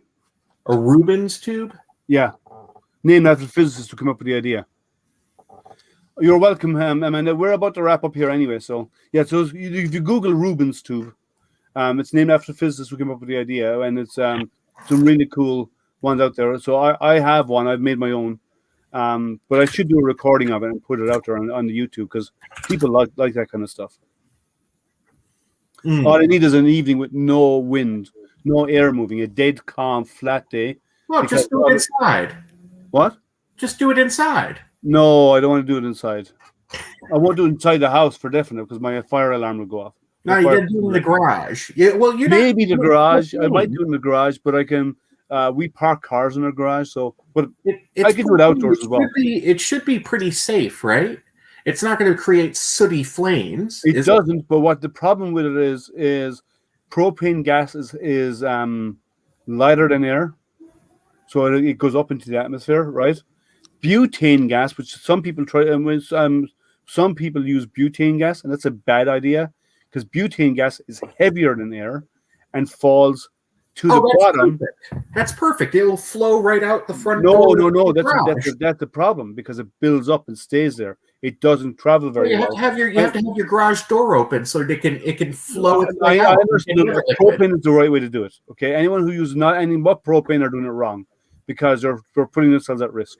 Because the problem is it builds up, and then if it gets enough of it built up in an area, or any spark or any light or anything like that goes into the lower area, it can ignite. I've seen that happen.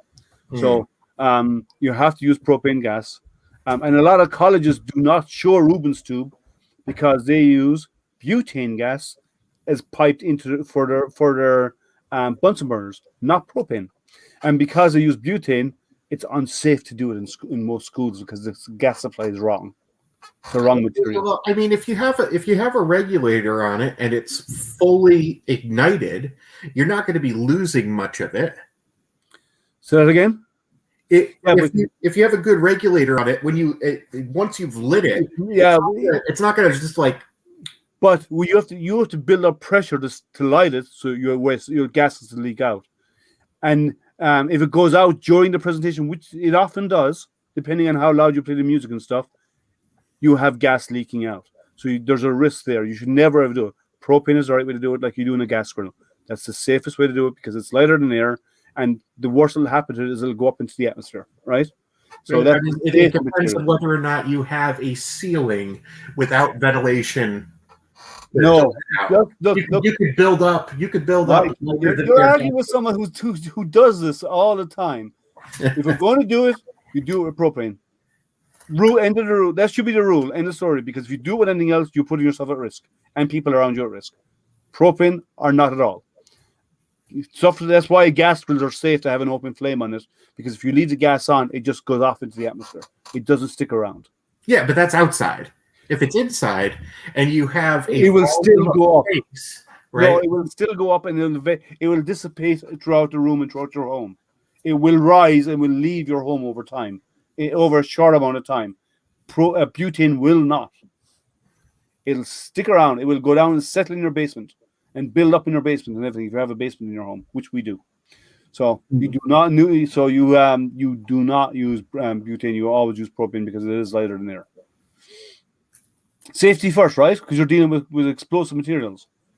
I don't know. I mean, I've had large amounts of butane, released in, indoor environments. It's a bad idea. Trust me, it's a really bad idea. I've seen the negatives of those. Not me myself, but there is a huge negative side to it. Well, I'm on the second floor anyway, so it all goes down. So you just kill your neighbors, okay? Well, no, but if their place blows up, you're above them, so it's going to come up and get you too. Well, yeah, I mean, if they're messing with the propane downstairs, now, that's propane, but it'll dissipate though. It won't stick around. It'll pass through and keep going. So. Only if you have holes. It'll go through every crack you can think of. It's a gas. Well, I mean, if someone burns dinner downstairs, do you smell it upstairs? You could. Yeah, because it comes up through all the cracks, and smoke particles are larger than a gas.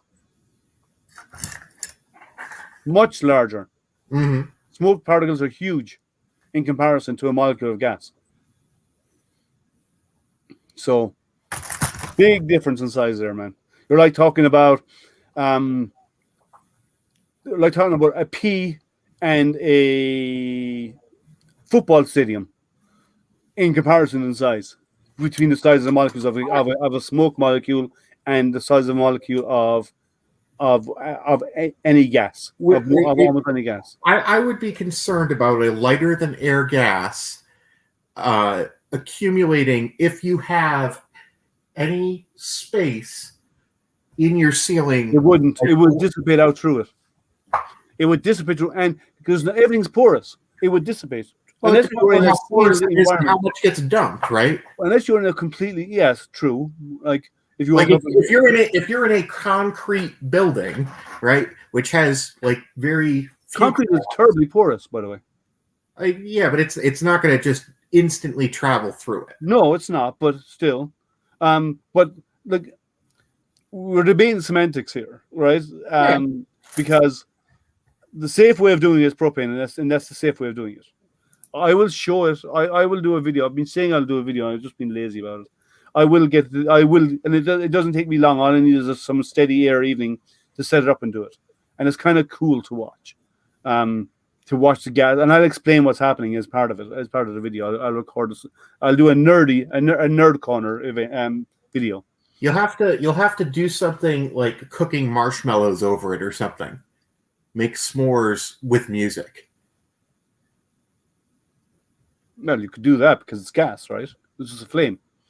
I'm just saying, if you want to spice it up and get it so that, maybe you could get it up on Hackaday or something. Roasting marshmallows over the acoustically controlled fire mechanism. Hackaday? I haven't heard of that in a long time. Hackaday? They actually just got purchased. By who? Well, okay, so Hackaday is owned by Supply Frame, and Supply Frame just got purchased by Siemens. Well, okay, cool. So Hackaday is now part of Siemens. I didn't know that. Yeah, the Germans. You got to watch out. So despite what they say about you, you are good for something. I'm only making fun of you. Hey, but it's kind of cool. I didn't know that.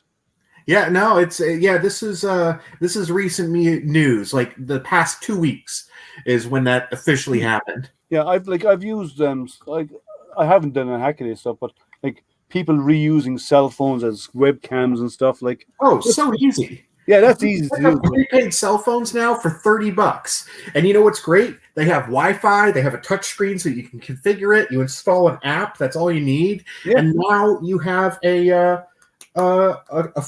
camera with a listening device. It's a two-way thing. And if you go and you purchase one of those solar battery pack charger things, Oh yeah. you can actually have and a Ziploc bag. You can actually have a waterproof outside. Okay, yeah. Oh yeah, I agree. Yeah, there's a lot you can do. So it's kind of cool. Well, it's just over 3 hours. So thank you for joining, sir. You're all. I still love this the auto drop stuff. It's fantastic. At How's some that point, going? if you Before ever we wrap up, what was that? how is the auto drop stuff going before we wrap up? Well, there's all sorts of good stuff happening. All of those belt printers went out, so and our software's all tooled up to work with that. So That's cool. That's pretty good. We haven't really been doing too much as far as the other printers go, but I'm supposed to get my patent number very soon for the auto ejector mechanism that we have. Oh yeah, I've seen that. It's cool. And we have on the website where you can purchase a license for it, where you pay $10 and you get a sticker, and then you could build your own auto ejector using that license. So it's like the idea is that if you're a printer manufacturer and you don't want to have to go and shell out a whole bunch to put some auto ejector on your thing, we'll give you the license. We'll help you out with the design. And you just pay for every one you build. Yeah, exactly. But in a completely non-discriminatory way, right? Anybody can go to the website and fill in the form, and order these stickers, which is the license. Yeah. I wonder how well that would carry across to some of the Chinese manufacturers. That's a big debate. Well, the only thing that we could do is like potentially block importing and stuff like that. But that's all like legal stuff. Yeah. If the Chinese start ripping it off, you would just do a shame campaign. You wouldn't necessarily be able to really prevent them from doing it. So, heck, if they start shipping printers with our software on them, I don't know how angry I would be. well, yeah, well, that's another big debate, right? So, well, I'm saying I probably wouldn't be too angry because that's a potential revenue through for us. Well, maybe I wouldn't be as angry about that, but yeah. I don't know. See how that all goes. All right. Let's see here. How are you doing with how are you going to do the licensing? I think he said. Basically on our website, there's an item in the store which is the OEM license to build an ejector. If you're a single person and you just want to put one on your printer, there's a form that you could fill out, and we send you a thing that you could print out and actually attach to your printer, which gives you a legal license to it. If you ever go to sell that printer, though, then you want to buy one of the stickers. That's the only thing we require. If you're going to just do it on for one machine for your personal use, go have fun, experiment, and then show it off to people, and then convince them to buy them. And you have the designs already out there as well, don't you? Did you share? Yeah, we have some designs, and I have some that are because the mechanism itself is pretty simple, right? But I mean, we have some designs for it, and we have a parts list which gets you, it makes it easy to do it. Cool. All right. So 3 hours, just over 3 hours. So I think we're going to wrap up because it's 10 o'clock for me. It's bedtime for me. I need my beauty sleep badly. So, thanks for well, there's 3 people hanging out still. You stuck it out with us. Thank you. We're going to wrap it up, and I'll be back again next Wednesday, same time, 7 p.m. to do a hangout. I may have an unboxing Saturday morning. If I do, it'll be 11 a.m. Saturday morning. If what I think is coming arrives Friday. Any hint on what that is? It is a folding printer. You buy it, and it comes as a printer. You take it out of the box. You unfold it. You put in a few connectors on it. and you print, and it's a direct drive, and it's a 30. I believe it's 32-bit. Yeah, a folding printer. Well, you fold it up and you put it away, or is it just like folded only once? Folds down, and it comes with the Z-axis folded down in the box, and then you actually, and it's on a hinge, and you stand up the Z-axis and you lock it into place, and you do a few other bits and pieces, small bits and pieces, and you print, and it's direct drive. So it's a new company called. I was told to pronounce it like Focus. It's Fokoos. Focus is the name of the company, and they have this new folding printer. And if it comes out, if it comes as expected, I know they're shipping one to me, from their Amazon warehouse. And if it arrives, I will do an unboxing of it on Saturday morning. If it arrives by Friday, if it arrives Friday, as I think it will, because I just got a shipping number today. So hopefully it'll arrive by Friday if it's the same one. And apparently it does work. Proper Printing did a folding printer. Okay, yeah, it could have been the same. It might be a little fiddly after you fold it up and then put it back out and fold it up, and I don't know, because it's basically a single bolt hinge. You stand up and you put some bolts in to keep it upright, and that's it. So it doesn't fold over on itself. And I've heard a few people who have one, and they love it. They say it works great. They have no problems. Now, I don't know why you would want a folder printer, but apparently, if it's delivered to your home, if you want to get something that's easy to set up, apparently it's a couple of small bits and pieces. It's a direct drive, so there's no Bowden tube. You mount the filament spool. You can't print fast, but it'll work perfectly all the time. I don't know. As I said, I haven't tried this machine, so this is new. But if it comes as if it is arriving Friday, which I hope it does, we'll have a look at it on Saturday morning.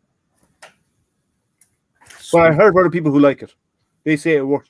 There's comparison to some other printers they've found that are kind of low, cheap printers, like very cost-effective machines. Apparently, it works really well.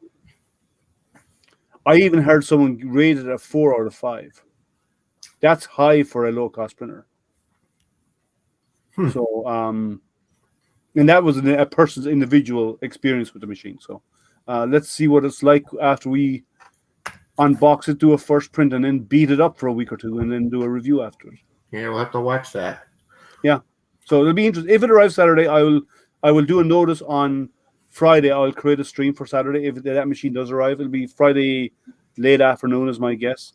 I'll create up. I'll put up a stream, so make sure you ding that bell so you get notified on my YouTube, and we'll see if it turns up. We'll do an unboxing Saturday morning. Now, where are you, Mike? I'm in Connecticut. In Connecticut, okay. So it'll be 11 a.m. my time. I'm in Michigan, so. Yeah, it's 10 a.m. 10 p.m. for me right now. Yeah, the same time zone as here. Yeah, so it's 11 a.m. On Saturday morning if it arrives Friday. So just make sure you ding the bell so you get notified. All right, guys. Thank you. It was fun as always hanging out. Remember to like, subscribe, ding that bell, and come back and hang out. And by the way, check out AutoDrop 3D. Mike's stuff on AutoDrop 3D. It's an online service where you can submit jobs, 3D jobs to be printed, and it can be, and even you can even get your own printer signed up through it as well, where you can actually get your own printer signed up and do printing for other people, and they can submit the jobs online to you, and it automatically goes to your printer with a Raspberry Pi, and then when the job is done, you just ship it out to whoever ordered it from you. So check it out, and I will see you maybe Saturday, but for definite, I will see you next Wednesday. And maybe if you hang out with the 3D printing and painting tomorrow night, Jerry's channel for the droid builds tomorrow evening, I'll probably be on there because my droid is a building process of getting my motors installed and stuff, and it's working. Ooh, that's a track mechanism? There is a second set of wheels that go onto this. And then I have the tracks already printed outside there, but I have to build all of this up and wire it all up before I put the tracks on it. But it's a work in progress. All right, guys, take care. Remember, stay safe, stay healthy, and keep printing. Bye.